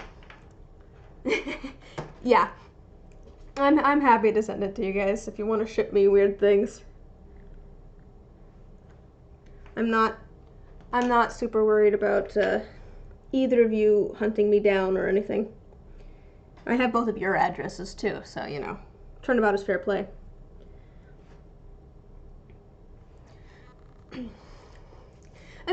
That seems so creepy, considering like I've grown up on the internet and it was always very much never let anyone on the internet know your address. You live in Ohio, it would be a lot of work. Yeah, exactly. Never let anyone on the internet know your address, and I'm like, I have shipped things to both of these people. Like, I'm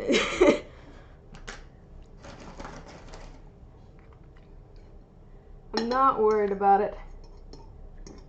And again, I feel like we've built up a repertoire. So I'm not... If it was just a random person in the Twitch chat that has never been here before or ordered anything from me, I'm not going to be giving them my address. But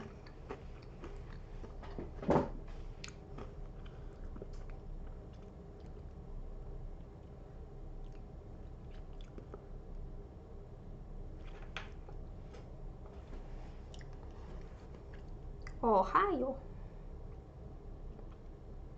I don't think I've ever been to Ohio.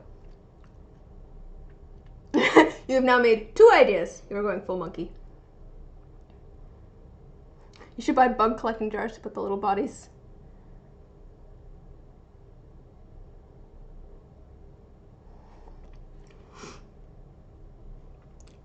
If you don't end up with dead bugs, don't stress yourself out either.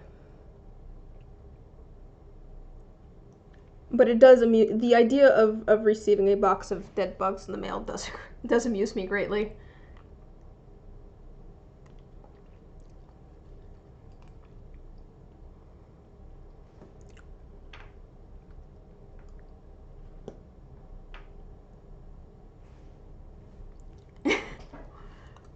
Orders list 10 cups of freeze-dried blue rose petals. Oh boy. Now don't make me regret this.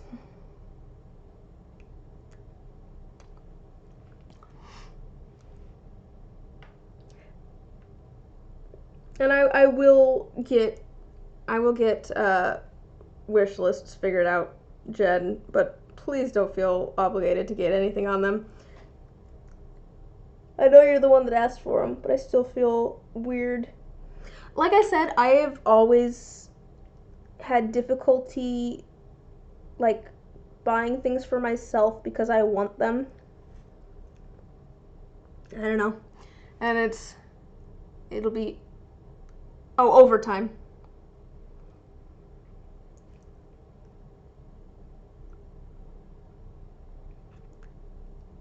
Um,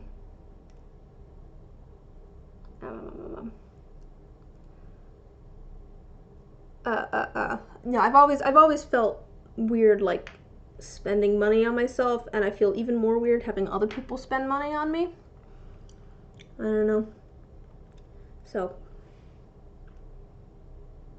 I realize that you're the one that has asked for a wish list, but I still feel weird having one.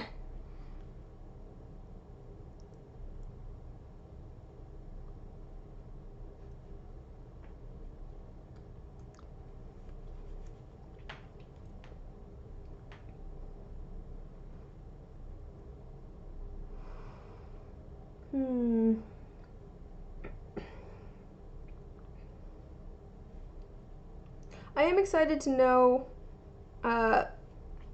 how your players like the dice for Christmas.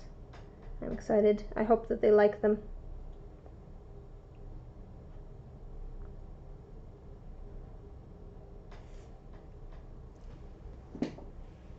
We also usually get bald-faced hornets. Oh, okay.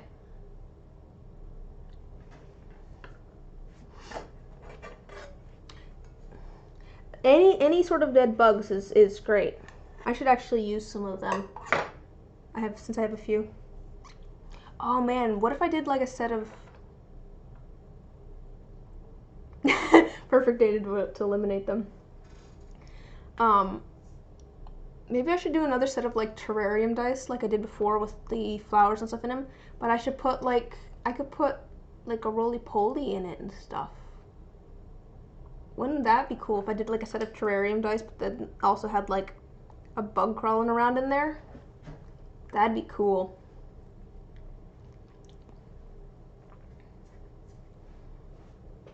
I have 2 dead mice on my back porch. I need to toss those out. I have a cat. I have 4 cats. One of them is indoor-outdoor. The other 3 are indoor. And I'm happy about it, but I'm thinking I might start trying to leash train not. Yeah, I've thought about that. It just seems like a lot of work. I did have a rat's like head and spine that I set aside to do that with at one point, but it disappeared. It was just sitting on a table in my front yard. I still have 2 cow skulls sitting on my back patio that I haven't completely cleaned out yet. That was, yeah, I got 2 cow skulls on Craigslist. Bury them, mark the place, and wait. For the cow skulls or the mouse skulls? The cow skulls make sense to me. The bugs will clean. That was why they ended up outside. I brought them inside, and then they had some sort of maggot or something that spilled out of them, so they ended up on the back patio. That is a good point, though, that they probably would get all of the stuff would. That's probably a good way to do it. That's a good point. Maybe I'll do that. Maybe I'll go bury them in my backyard. Huh. Yeah, no, that's a good idea. I had not thought of that, but that makes a lot of sense.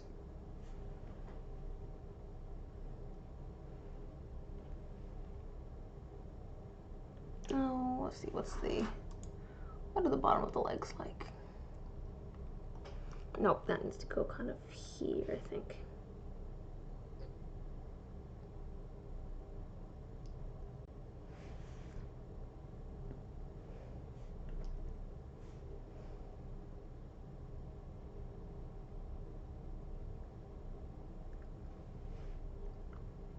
Might be a little dicey in the wintertime. Maybe in spring or something.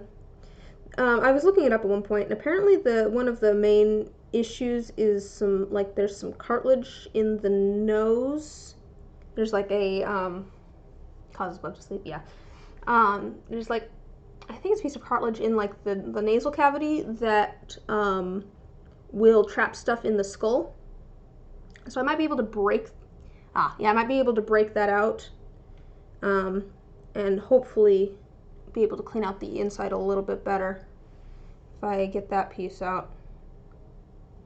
I don't know a ton about cleaning skulls.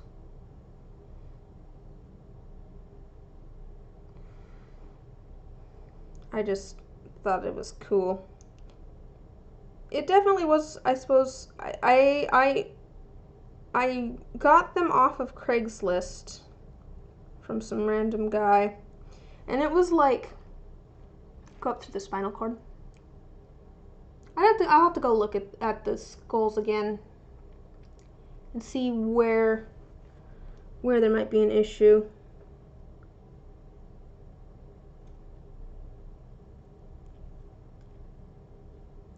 So now that we're talking about it, I'm not sure. There's just a lot of like little tiny pieces and stuff in the face for things to get trapped in. All right, let's see here.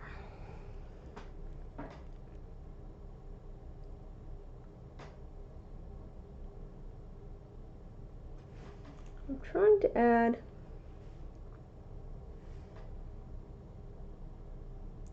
I'm adding sort of the beard sideburn parts now.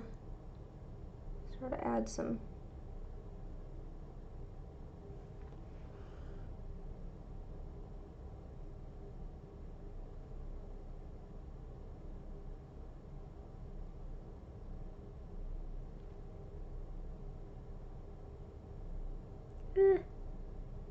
does not want to stick. Okay.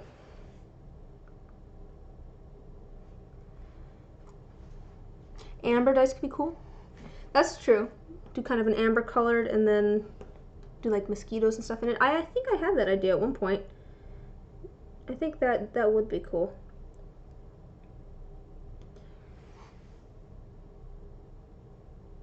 I suppose I could do some of the other bugs too. I wonder if I could get some mosquitoes. They're so small though. I have a whole bunch of gnats around the house though. Oh man, I shouldn't have smushed that one earlier. We end up with gnats in the house, so maybe... Sorry, I got distracted by my reference photos.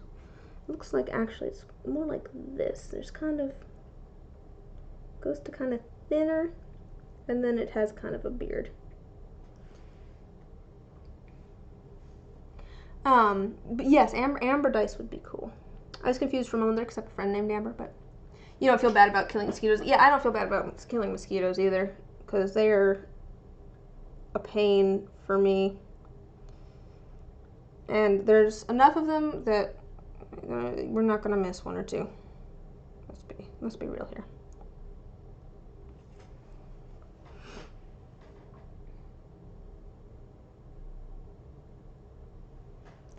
Actually, this is starting to look more and more like a dog. Let me add a little tiny tail, and then I'll show you, because I feel like this is actually starting to turn out. Actually, let's do...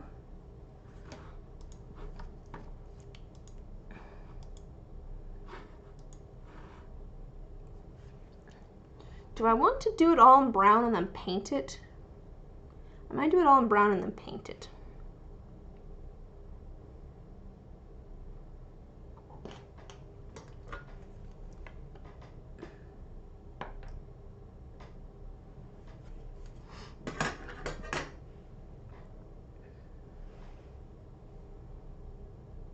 Yeah, no, most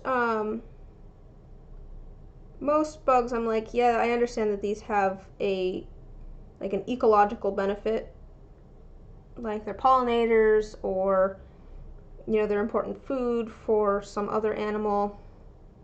But mosquitoes, I'm just like, no.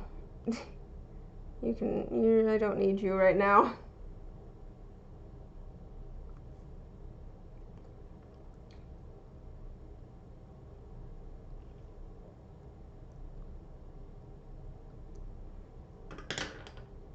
Maybe I'll make the tail a little bit thicker.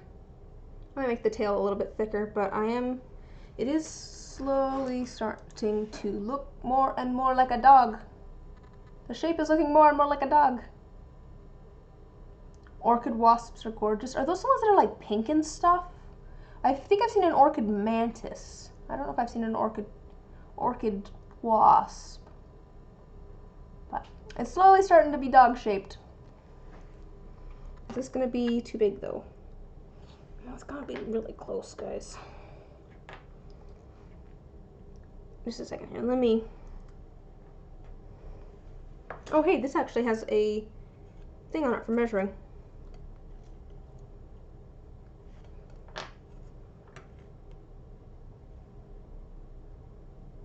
That's very hard to measure because it's...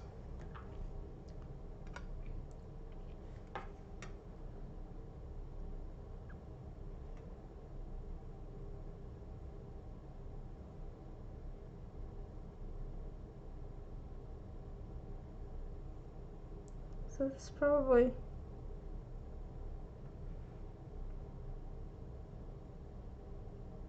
slightly less, so like one mark less than an inch or so.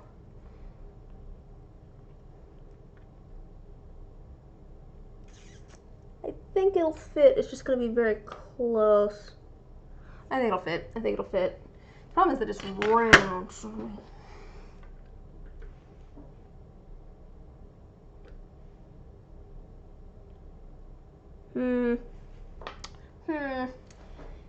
I'll make it and then I guess we'll see. If I need to end up making another one that's a little bit smaller, that's okay. Make sure that tail's mostly centered.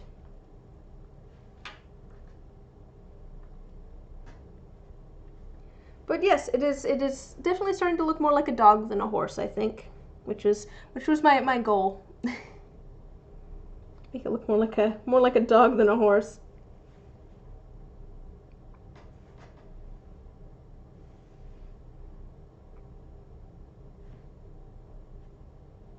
I need to go back to let's look at some ears. Oh, they just kind of flop over. That's cute.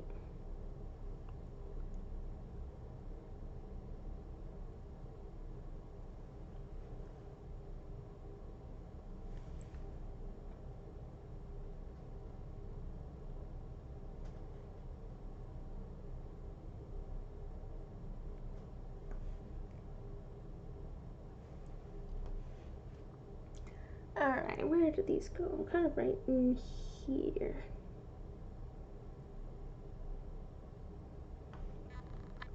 Oh, yeah. Okay, adding that ear helped. I'm gonna show you. I haven't done the other ear yet, but I know that it's gonna take a bit of finagling for me to get it even. But look at the little ear. Just a little tiny ear. I still need to actually fix like the shape and everything. Obviously it's still very messy, but it just makes me happy that little tiny ear that's all flopped over.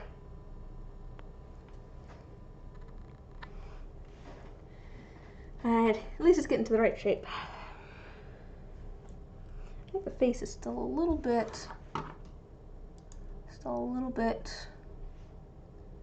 small. I'm gonna add some more meat to the face, I think.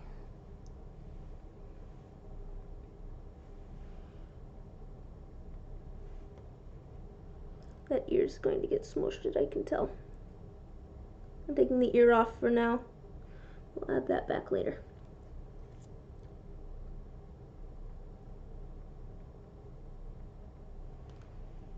Gotta sleep. Oh, have a good night, Bosun. Thanks for stopping by. I'm probably gonna hop off fairly soon here. I'm still working on it. I think I'll try to finish it, at least the basic shape, but it's 10:30. Like I said, polymer clay always takes a long time to work on.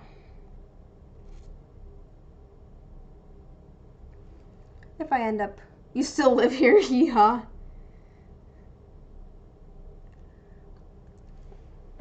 It's because y'all are of the moon.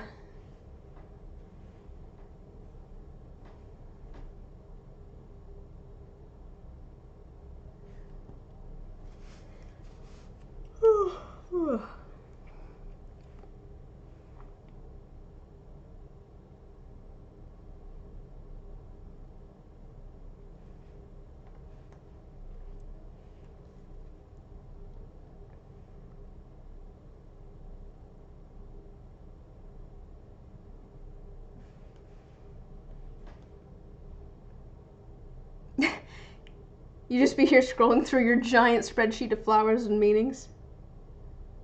I've always liked, like, symbolism stuff. Have you used a lot of your, like, flower meanings and stuff in your, D&D games? Like, your DMing? Not necessarily making dice, but, like, in your DMing and stuff? Because I feel like you could do something with that. I guess to be fair, God, yeah. I don't know why I asked. I feel like I knew the answer to that. You had 3 murder sapphics named after flowers. Sounds about right. Sounds about right.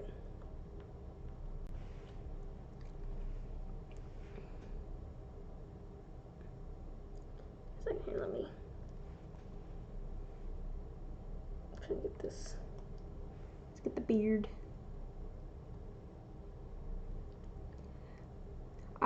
I am that person who likes to, I come up with like character names by looking up words or other characters or figure, like historical places or figures and stuff that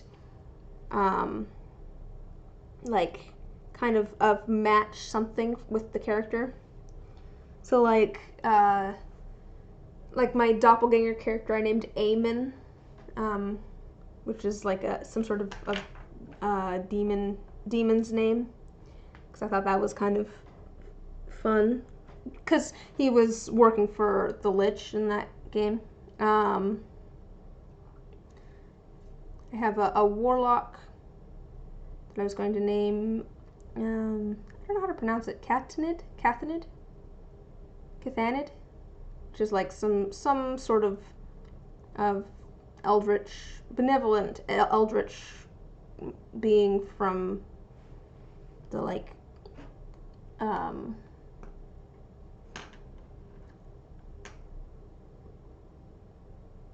man, I just blanked on what the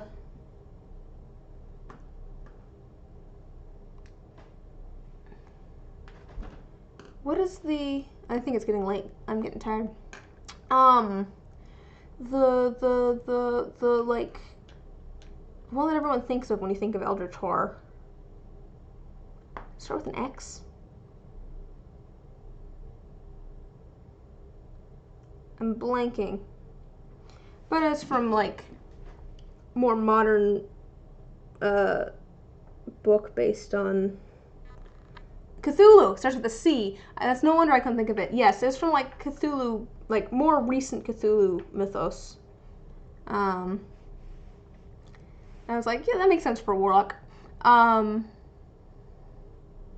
That name might change though, I don't know. I haven't played that one yet. Gwaine, she was named Gwaine because it was Knight of the Round Table, and I based her backstory on like Arthurian legend, and also it was her alias, because her full name was Guinevere. I figured Gwaine was fitting for that, since there's both a Gwaine and a Guinevere in Arthurian legend. Let's see, who else? Sometimes I'll just figure out like a word. Like I have an Azamar that I've played more recently, and I didn't put as much thought into like her backstory, and so I just looked up words that meant like air, because I think she was an Azam. Yeah, she was an Azamar. And the world for that one was all like element based. My dad had come up with like a world that was all like element based.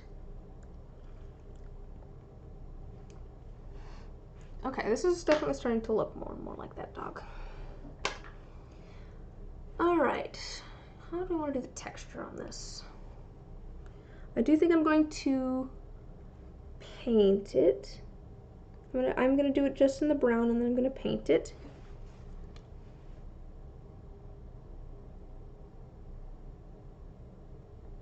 How do I want to do the texture on this?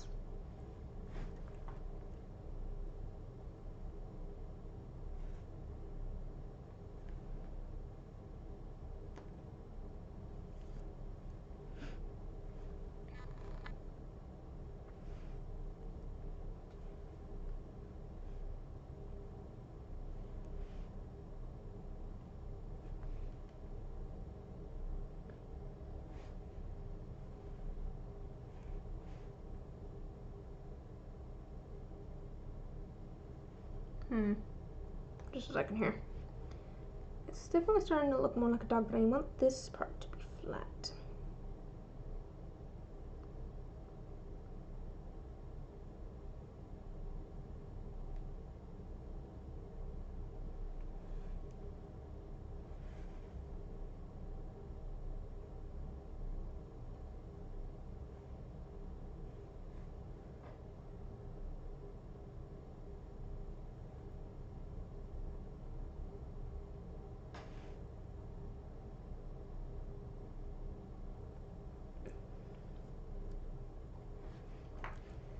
Just a second, I'm trying to get these legs to be sitting in the right spot.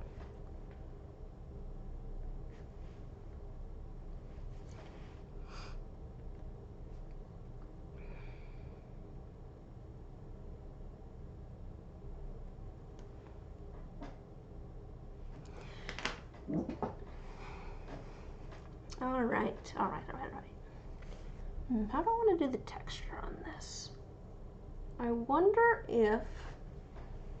I'm going to try something. This may go horribly wrong. But I have this felt. I wonder if I can get the texture of this felt on here.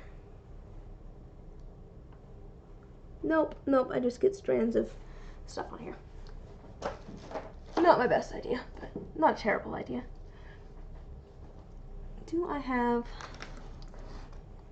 a brush or something on here I could use? What do I got?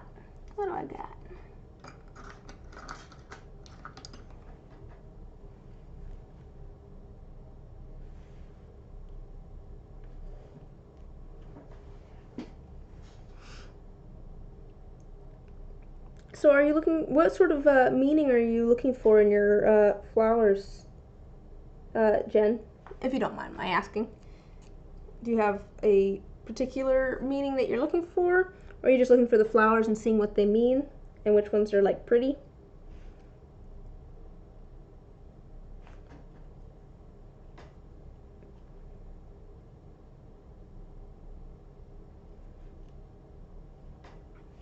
Something that sort of vibes with you, honestly. Oh, that's fair. Find something vibes in meaning and in look.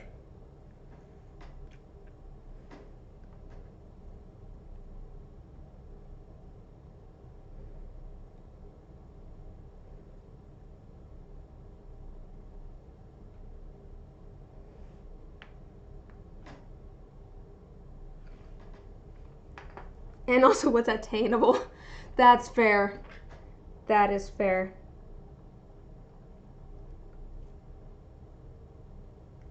Drew, if you're trying to get them in dice, you need something you can get a hold of. I do have, I don't have any butterflies or anything. I do have some, oh, daffodils. Oh, they're kind of big, aren't they? I do have some beetle wings. Some like, of those like bluish, not bluish, those like green beetle wing colored beetle wings that I could break up and put in dice. They're kind of big, but that could be doable as far as like pretty bugs go. Yellow irises are impossible because they're too big or they're just hard to get a hold of.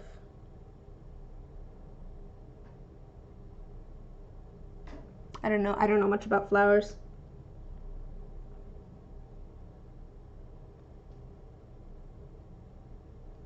My brother's the plant guy at our house.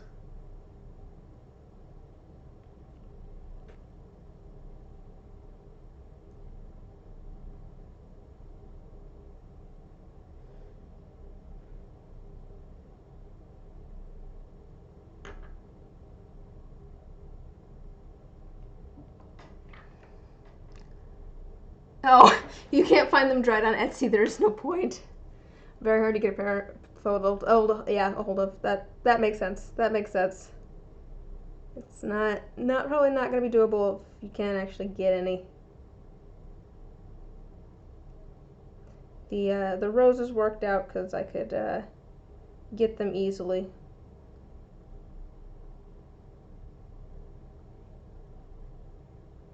And that is kind of what it comes down to is, are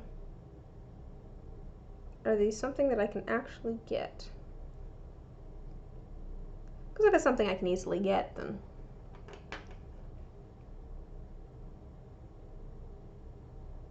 no worries. Come on.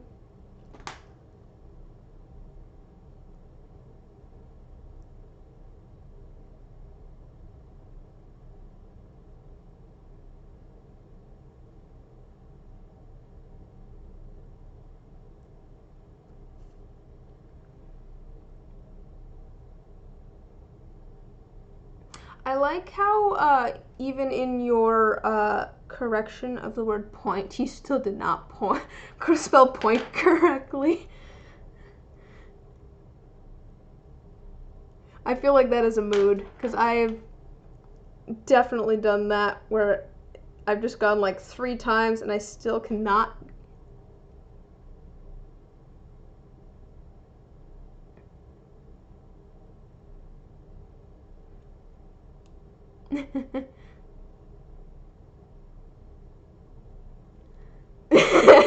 No more spelling.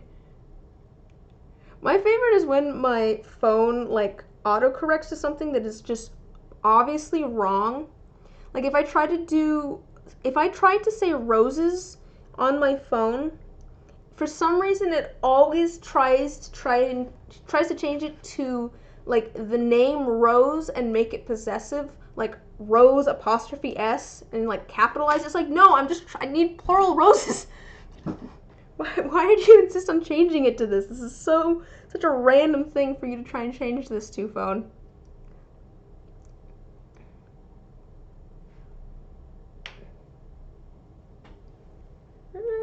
It's coming along. It's coming along.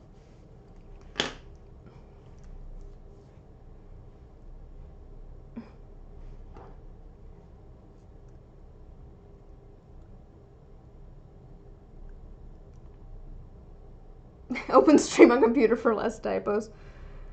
Yeah, I get that. To be fair, it doesn't. I knew what you were trying to say, and that's really the important part. I feel like as long as your meaning is understood, doesn't matter too much. I'm just also going to give you a little bit of a hard time about it.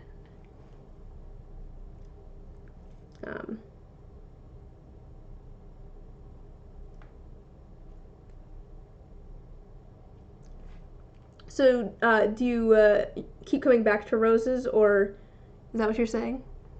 I can't make fun of you too much because I know that also I tend to typo things, and also I somehow typo while I talk. So next time I stumble over my words, I suppose this is giving you free rein to just go ham, but.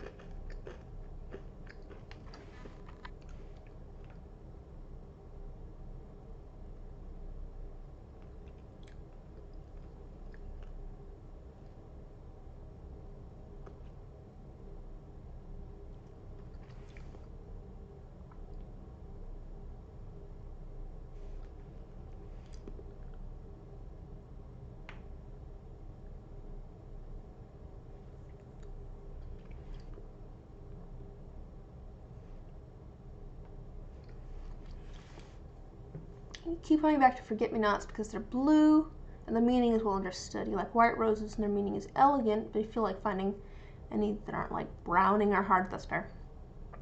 Daffodils are nice also because they're pretty and you like them and they mean chivalry. Truly ideal one would be a gladiolus, but they're too big. How big are gladiolus? To be fair, if you wanted to do a set of dice with a different flower in every die, you could too. That is an option for something I could do. Maybe that's too many options for you, but yeah, could do a bouquet of dice, different flower in every die.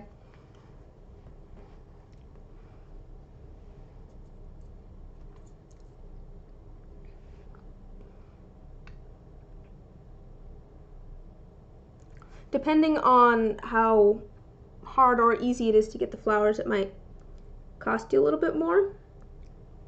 If I'm buying the flowers, unless you wanted to buy your own flowers, that's doable too. But just because materials, but if they're all easy to get, then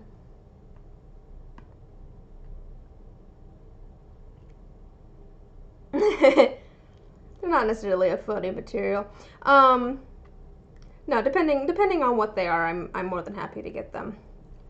But depending on how easy they are to source and how expensive they are. But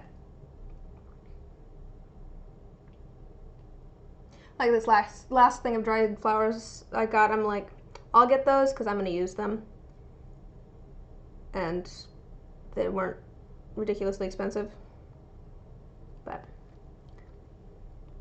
But yes, if you wanted to, you could get a set with a different flower in every die. That is doable.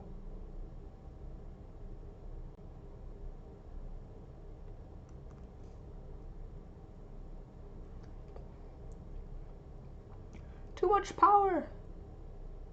So many options.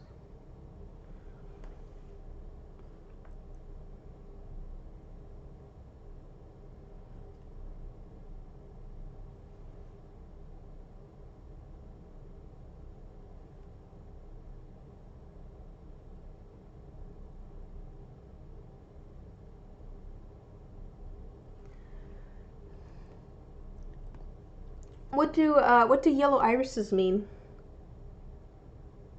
Since he said it would be a pun.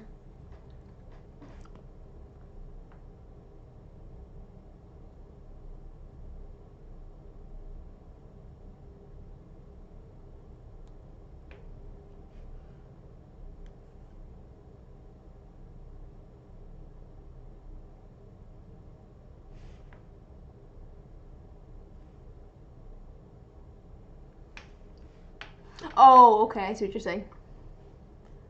Flame, I burn, but they're also known as the fleur-de-lis. Oh, okay.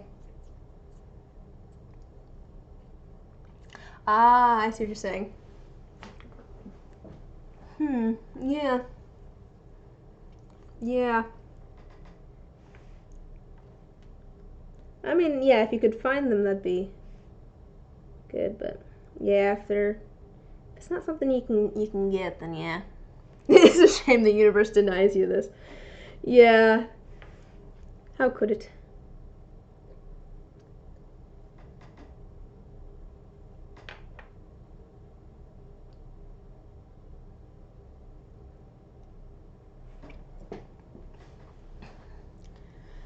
Alright, let's finish.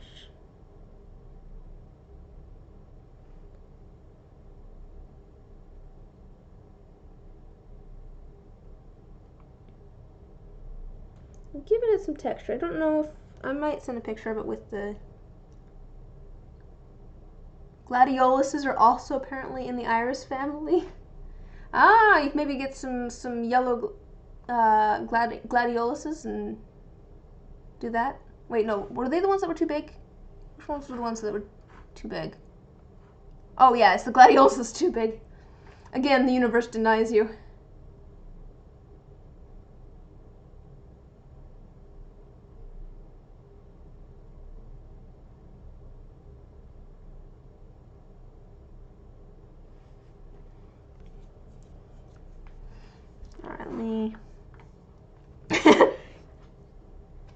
Can't believe they're in the iris family. Why is this so shocking? My aesthetics fusing. Lights growing dim. Oh, no, wait. Oh, let me work on my face a little bit.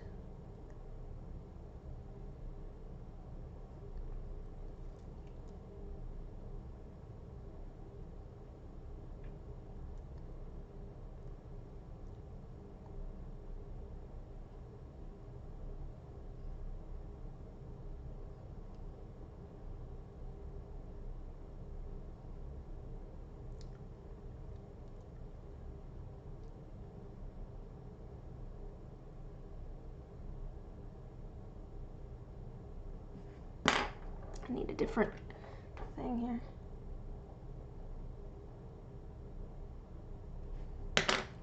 Where's my tiny one? Here it is.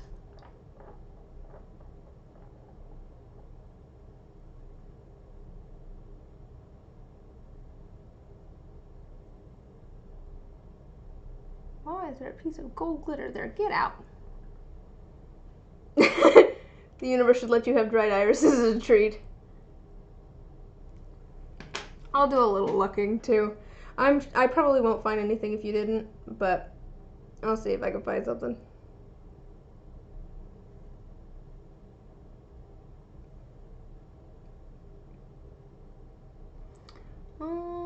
Then the nose is just kind of at the end here.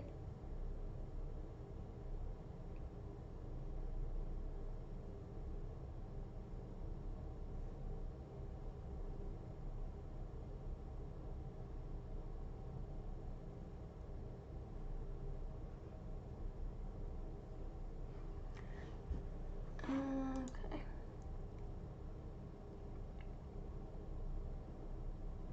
Ah, I smooshed the tail. Oh, it's a very cute tail, but not what I wanted. Here, I'm going to show you the tail just because it looks cute, but then I need to fix it. But it did like a little, it did a little tiny curlicue. Look, it did a little tiny curlicue. It's not what I wanted, but it's a very cute little curlicue tail. Let me fix it.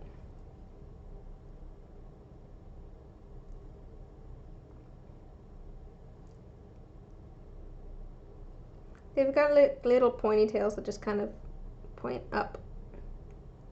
So I'm putting it back, but it was very cute.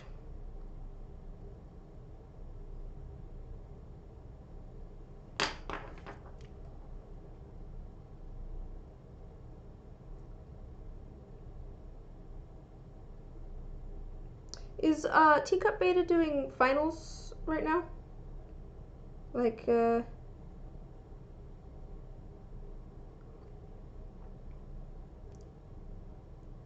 alright. Would you let them know good luck on finals?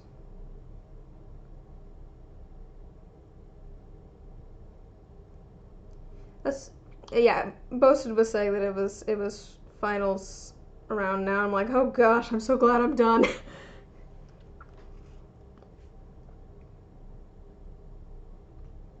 But I know that you two chat, so best of luck to them. And thank you for passing the message along. Okay, I might make the tail a little bit thicker, but I feel like I'm definitely getting the shape down. Definitely getting the shape down. I might call it a night, but I feel like I definitely need to fix the texture. I don't like that texture at all. But I do think that I'm definitely getting the shape down. It's coming along. Oops. Another piece of glitter. My grandma asked for a little bit of glitter. She's been doing like Christmas cards and stuff. And so we poured a little bit of glitter into a different container on this table earlier. And I thought I had cleaned up all the glitter. But I think I'm gonna finish up this dog maybe tomorrow. Cause I'm getting a little tired. I've been streaming for 4 hours. So I think I'm gonna call it a night. But thanks for hanging out. it was good to chat with you and hear about your flower plans. So I will talk to you later. All right. Yeah, get some sleep. All right. You too. Have a good night.